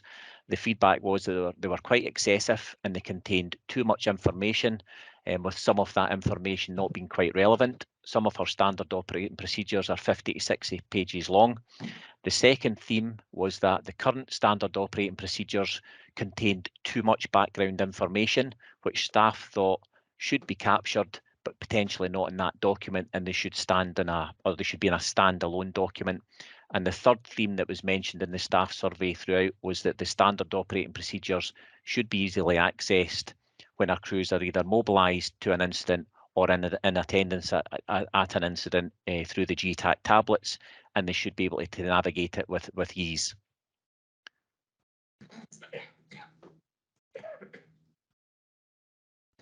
So the team's main task was to create a document suite that aligns with the operational incident types that we attend as a service. So to do this, we looked at all our previous documentation, including our incident command, ops discretion, tactical ventilation and breathing apparatus policy, which allowed us to then create 4 main operational procedures, which included firefighting, special service, transport, rescues, with these 4 main procedures having further subheadings. The team itself have also developed a suite of manuals for the subjects to ensure that all background knowledge is captured, and this is absolutely linked to the comments that we received from the staff survey, saying that we did have excessive information within the SOPs, but they were relevant and they needed to be a standalone document, and these manuals represent the standalone documents. They can be used by new trainees, they can be used for CPD, they can be used for training on watch and also with our on calls, and all the manuals support our e-learning packages. We also wanted to ensure, we also wanted to ensure that the most important information for our incident commanders would be available to help resolve incidents, and these new operational procedures will replace our standard operating procedures, our standard operating procedure and GRA summaries. So we wanted the documents and suites to be quite innovative. Therefore, it's been designed to navigate easily, and you'll be able to find the information that you're looking for using icons and buttons which are displayed at the bottom of this slide. The risk critical information, which is obviously critical to dealing with an incident has all been reviewed and condensed for easier reading. And we're also hoping that once the GTAC issues are resolved, then the procedures will be accessed easily through GTAC, which will obviously improve and continue to improve firefighter safety. We also have undertaken quite an extensive consultation process for all our documents. We still see that as a priority to continue to engage with staff.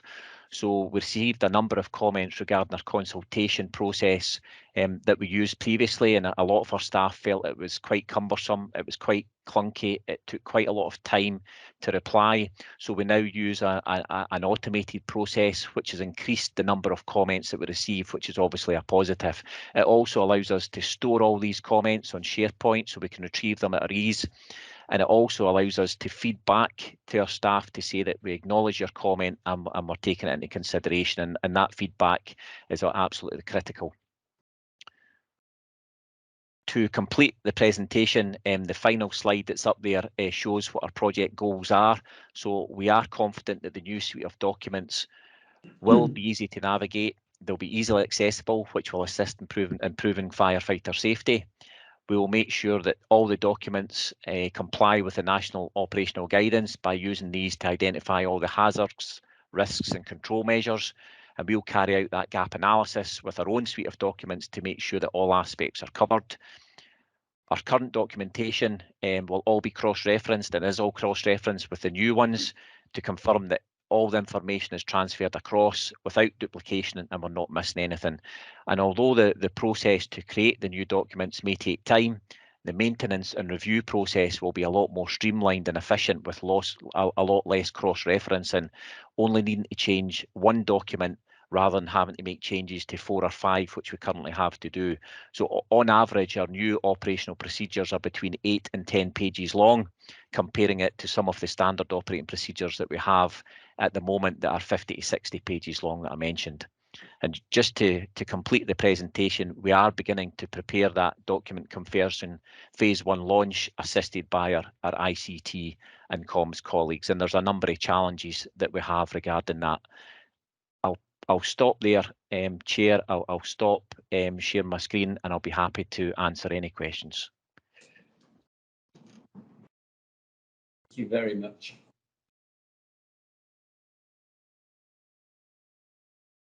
Thank you very much. It's the type of work that over the whole of my career, I've been very bound by documents and operational documents, and that this sort of condensing and making very specific, simple to use in a time of great stress is close to my heart. So that's obviously clearly a benefit. I'm just going to lead on this question, if you don't mind.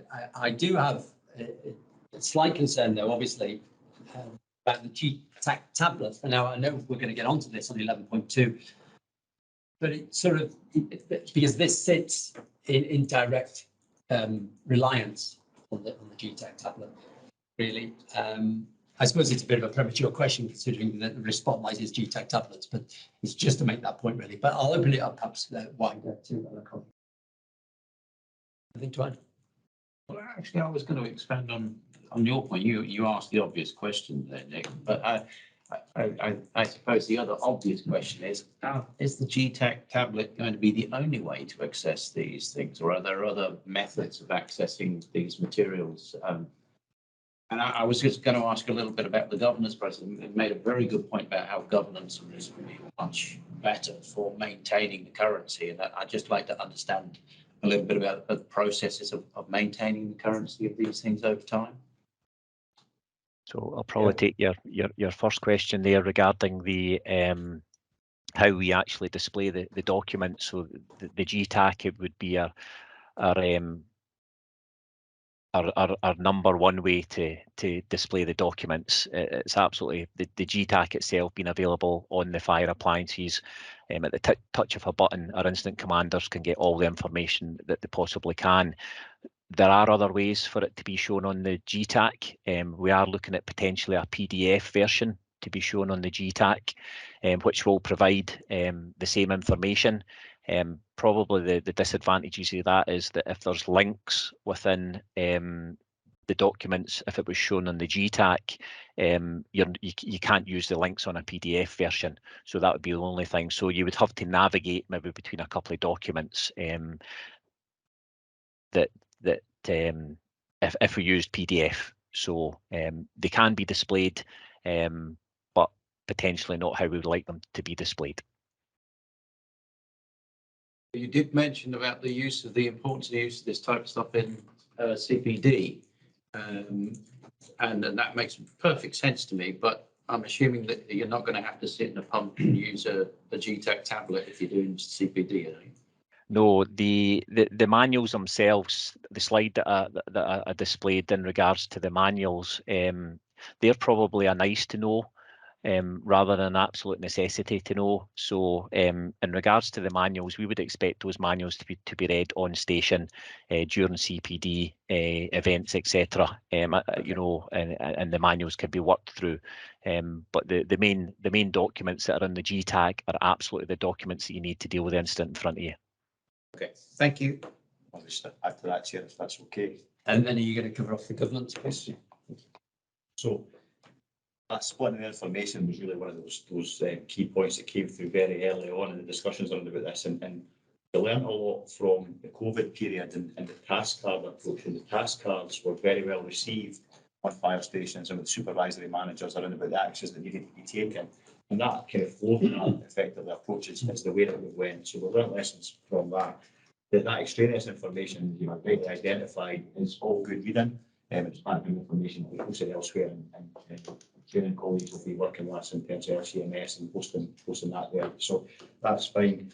In terms of, you asked a question around about, is it the only way to present information? I think we've covered in terms of how we would get that information back at station. During COP26, we wanted to have access to these documents at that time at the venue, and we were able to purchase a different type of tablet, and were able to put the On the work, though. yes, and so yes, it can be delivered on another tablet. Clearly, get onto the GTAC risk spotlight, but the GTAC tablet is still seen to be a robust product that has a value and a worth for the organisation. And there are alternative methods should we wish to employ them to display this. In terms of the governance, and I think the question was specifically around about how we keep documents up to date. So it's probably best to kind of look at how we do that just now versus how we do it forward. Because this constitutes a conversion, but also a review of all the existing documents, that brings them on a review period. Because we've streamlined all the documentation, as opposed to going through a series of updates, for example, service delivery updates, changes, urgent briefings, urgent instructions that go out, where one topic may be covered under a number of different headings, the ability to be far more agile about a smaller document that is reviewed once, and it's reviewed and updated at that point, at the point of source, and then an update is sent to all the devices, it's seen as being very appropriate to our operating model and keeping risk information ready at that point of need. So I think in terms of the way that we're kind of considering this, there's a question previously around about risk. With the delays with the way of displaying, so it's important to note that the document conversion project is not behind schedule. The document conversion project continues to convert and review all the existing documentation, and the appendix within the pack shows you progress against those particular headings. Where I have a concern is that at what point do we get information that is new, and how would we communicate that new information and make sure that's current? So at the moment, when we're doing that, we're working on the legacy updates to standard operating procedures, whilst we're also simultaneously converting those documents. What we really want to do is get all of that launched, and the soft launch idea was that we would wait till the full document suite was complete and then launch it. We would launch the first couple, and then over a period of time continue to launch new procedures. It just means that when we do get to a point of launching, there's going to be far more content in the first tranche. Yeah. But we would prefer that, because clearly when we have gone out and consulted on this and taken feedback from crews, taken feedback from firefighters, understood what the needs of the supervisory managers are, we'd like to present that to the workforce in a way that impresses them. Yeah. That's what they're looking for. And we maintain that credibility ahead about the process. Okay, thank you. Just thank you further. I'm just very conscious of the time now. We just need to move the meeting on a little. Angelina, no, okay. Thank you. Obviously, clearly linked in with 11.2 shortly to come up. So thank you, and thank you, Mark, for your overview of that. Move now to item 11.1, the committee aligned directorate risks. I'll just say a couple of words about this. Stu and I have spent over the course of months gone by and just recently talking about risk and the way in which committees review risk. The Risk and Audit Committee also did a small workshop where the chairs of committees and members of that committee got together to talk about the way in which we look at risk as well. What I am conscious of is that there's a certain delay in the dynamic nature. Sorry, hang on, I'll rephrase that. The directorate risks are managed in a dynamic manner. There is a delay in which that's reflected into what is a 3-monthly quarterly meeting at this level. So what I am aiming to do for the next meeting is probably not have a risk spotlight for the next meeting, but instead finish the public meeting early and have a discussion around the way in which the committee wants to look at this risk and what sort of information do we want, and do we understand the limitations of the risk as it's presented to us? How could we improve that, and what are we specifically looking at? Because this is a key document for our operational colleagues and something that we get to see as an after the event type of thing. So with all that in mind, we will undoubtedly look at the first risk in particular in the private session anyway, about the failure to mobilise, or the risk of failure to mobilise. Does anybody have any specific items to talk about in terms of the risk register as it's presented, given all that I've said? No. Sorry, would you mind? Yeah. I'll just ask one question. So it's on page 20 of 24, 95 of the green card. It's the directorate risk rating change summary, and it's a risk that's not actually from service delivery or training, safety, etc., but it's SPPC 001, so the one at the bottom of that page. And I'm asking because this risk rating has increased and the risk description has echoes of the point that we touched on earlier in the specific context of recording of fire casualty accuracy. And this, so my question is this about that same fairly specific source of potential inaccuracy and therefore dubious quality management information, or is this a wider issue of data recording and therefore possible weaknesses in management information? Do you see what I'm trying to understand? Absolutely. It's aligned to Richard, so perhaps bring Richard in and give more detail, but understanding it's wider than what we talked about before, Angelina. So, Richard.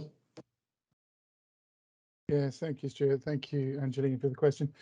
Yes, you're right. It is a sort of slightly broader piece in terms of it includes that, but we just have some concerns about.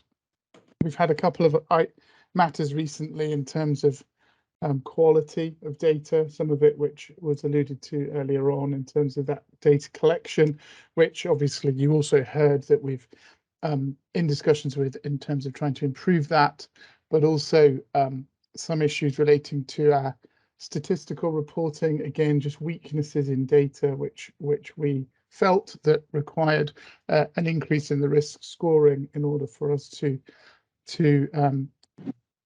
raise the risk and also give it some due regard and attention. So broadly speaking, just some concerns about management data quality, which we're looking through. And I suppose attached to that, as always, with certain teams across the service, just some small concerns around resourcing as well, in terms of our ability to manage some of these issues at pace, which is why we've raised the risk this quarter.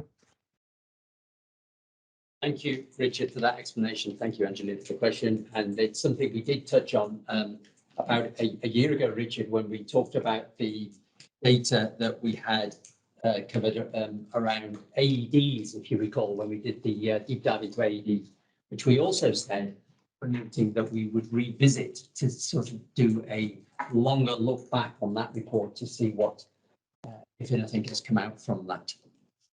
We could do that at the same time as the home fire safety visit deep dive as well. Okay, thank you. Again, just a reminder about the time, please. But we now move on to 11.2 and the risk spotlight and the GTAC tablets and back. Yet again, David, to you. Thank you. I don't think we need any further introduction. We've talked about our spotlight a great deal, and we have Mark continuing on the call and supported by Stuart Chalmers from an ICT perspective. So my intention would be for Mark to quickly run through the risk spotlight and then with Mark and Stuart to answer questions in that respect. Mark. Thank you, David. Thank you, Chair. Very briefly, Chair, the GTAC is the name of the tablet that we have within the Scottish Fire and Rescue Service. It's currently being used by our service delivery colleagues. The tablet can be found on all our frontline appliances. It's designed in its construction to be rugged in nature, which makes it possible to be used in harsh environments, which obviously makes it ideal for the fire service. But unfortunately, at this time, the GTAC is not functioning to its full capacity and is providing very limited information at the time, comparing it to its capabilities.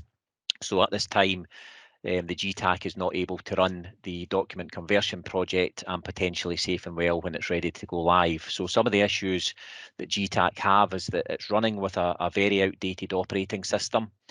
When the GTAC was first set up, the security settings that were applied to it are now preventing easy fixes and the adding of applications, and the devices, the device themselves, when they came on board, they were set up as desktop devices and not mobile ones as originally intended.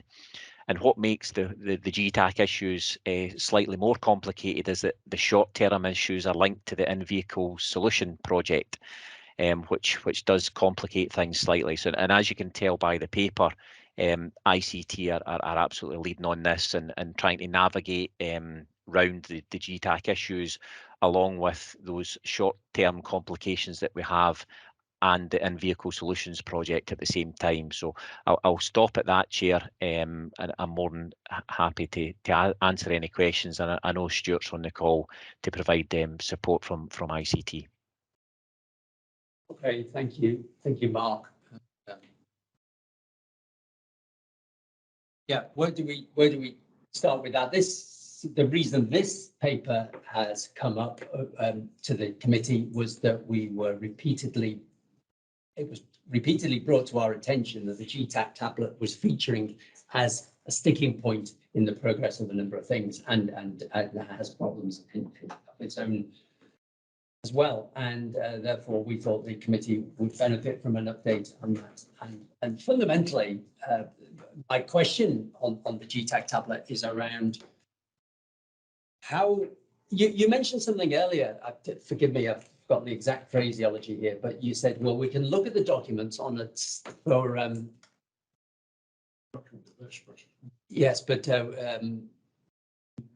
no. Climate control, climate conference. Other devices. Yes. Other devices. Yeah. Other devices, and you could say you can bring it up there. I suppose my fundamental question is, how did we end up with something that is so tied down that we can't really manipulate it the way we wish it to happen, but you then tell me that actually there's a tablet over here that can do something similar. So there seems to be something that I don't understand there about security aspects and integration. I'm sure there's a good reason, but I just fail to understand. I'll bring Stuart in a second to answer the very technical elements of that, but certainly throughout all of these discussions, which have gone on for some considerable time now, the point that Mark has just raised kind of rings repeatedly for me, and that is that performance of the tablet in its current format does not match its capabilities. We have a real confidence around about the nature of the tablet and the tablet's abilities and its capabilities if it's set up correctly and working correctly. The tablet is not a bad product, and we've been repeatedly reminded of that. It's a huge investment for the service, and it's not a bad product. I'll bring Stuart in now to talk about the technical elements of that. Okay, I'll try and You've got to keep this high level, Stuart. Remember who you're talking to here. I'll keep it straightforward. So the restrictions on the tablet are simply down to the fact that it has to be connected to the airwave network. That's controlled by the Home Office, who set those standards for connection back in 2006, 2007. That's the key thing that holds you back, and that's why it sits on this old version of Windows Long-Term Service Branch, as it's known. And that's why we have so many restrictions on what you can and cannot do with it, because it has to be connected to the airwave network. Some of those restrictions start to change with Emergency Services Network when that comes in, because it's a much more modern standard. And that will probably suffer in a little bit here, because we assume, or we were told that ESN would start to come in around about 2019, but that project, as you know, has been delayed a long time. So we're kind of suffering from the fallout of that. To give the board some confidence that we're looking at it, we've got 3 particular projects that all come together and form together around that nexus of the in-vehicle cab and what we're providing in terms of technology to that. And that was shown a little bit around some of the COP26 comments that have been mentioned earlier, because document conversion, safe and well, hydrants inspections, all these applications, they don't need the airwave or the emergency services network components in order to operate. But they simply need a mobile device that's got, you know, a 4G or a Wi-Fi connection. That's all that they need.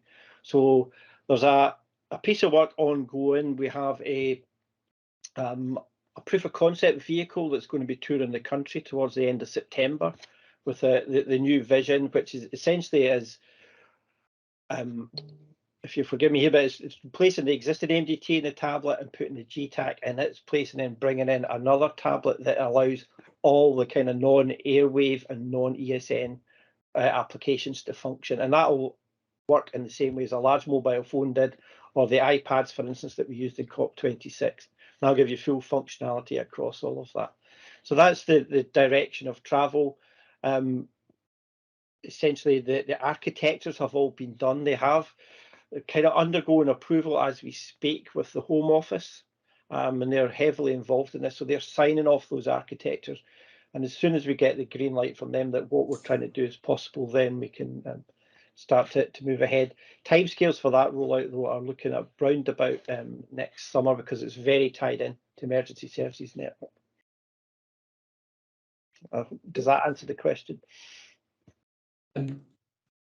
Yes, it does, Stuart. Just bear with me for a moment. Can I ask my uniform colleagues here, do any other brigades use this? I can Use the GTAC? Yes, yeah, I'll maybe bring Mark in for a bit more detail, but yes, and actually in reference to the minutes of the last Service Delivery Committee, the Chief Inspector did talk about London's usage. I think I mentioned it as well. Yeah, yeah. And do they, if they use it, do they experience the same challenge? Because they'll be using the same emergency services networks, will they not? They do. I'm sorry. Yeah, they use 2 tablets, much like we're proposing that we do. They have one which is locked down to Home Office standards, and the other which is open to allow all the other applications to work. Thank you. Anything That's else? fine. Angelina? Thank you. I guess, can I ask,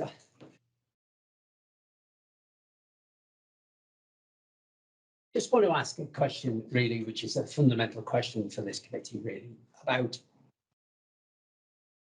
we are bound by Home Office OA connectivity standards. I get that. In terms of firefighter safety on the front line, going to an event, have we diminished that in any way? I'm not saying we've compromised it and it's unsafe. What I'm asking for, the workarounds, are they viable workarounds? Are they, you know, what's the effect on a firefighter going to an event? The short answer is no. The operational intelligence still exists in its current format, but it's still access to our previous way of working around the standard operating procedures. In the risk spotlight, there's reference to, and there have been some challenges around about remote updating, and those are pieces of work which aren't necessarily directly linked to this, but can ICT continue to overcome those challenges of the system updates and the updates to operational intelligence. When the tablets were initially set up, they were nomenclature was OI tablets. They were brought into the service for the purposes of operational intelligence.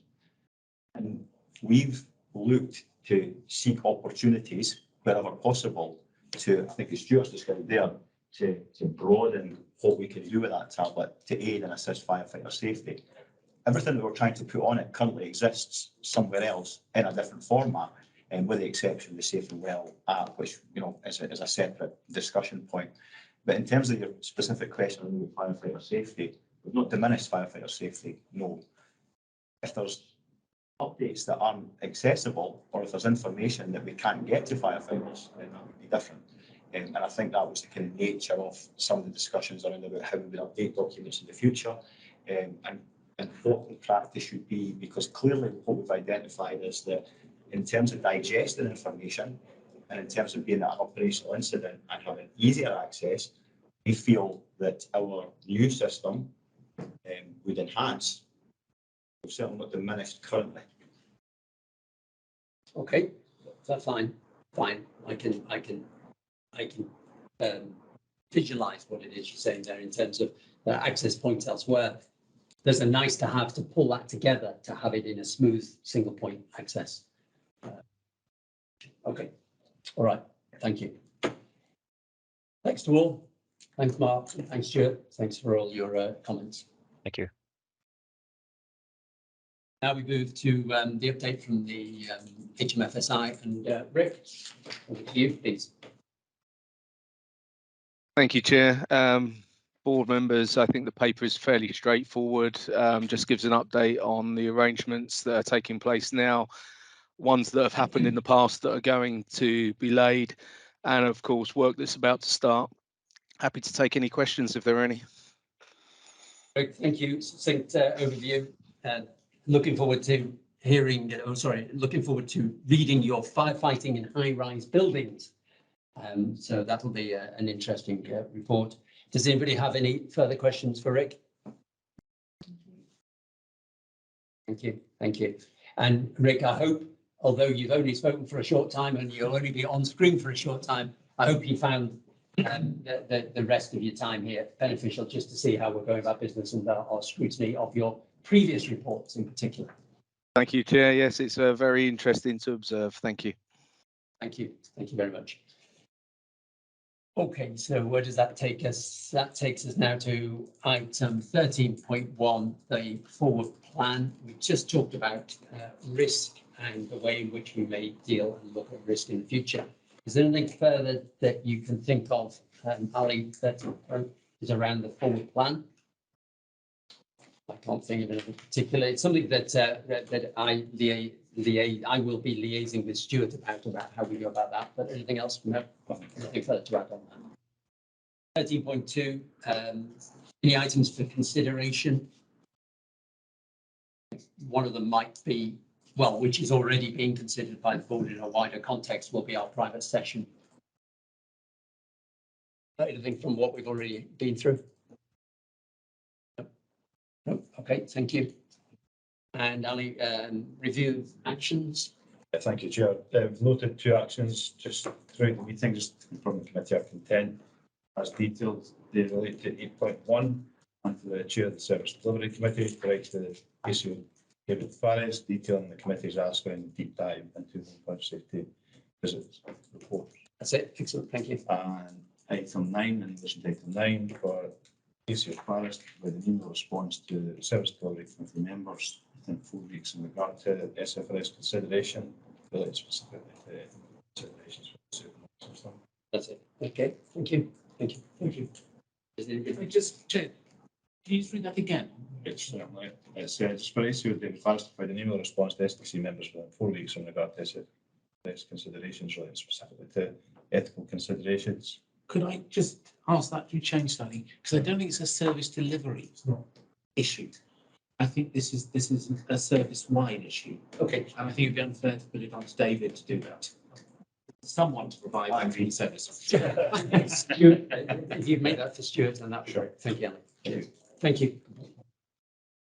Okay, the date of the next meeting is the 29th of November, location TBD. We're still out and about, and the Service Delivery Committee will be visiting one of the service delivery areas in due course as well. Thank you all for your participation, and that's the end of the meeting, please.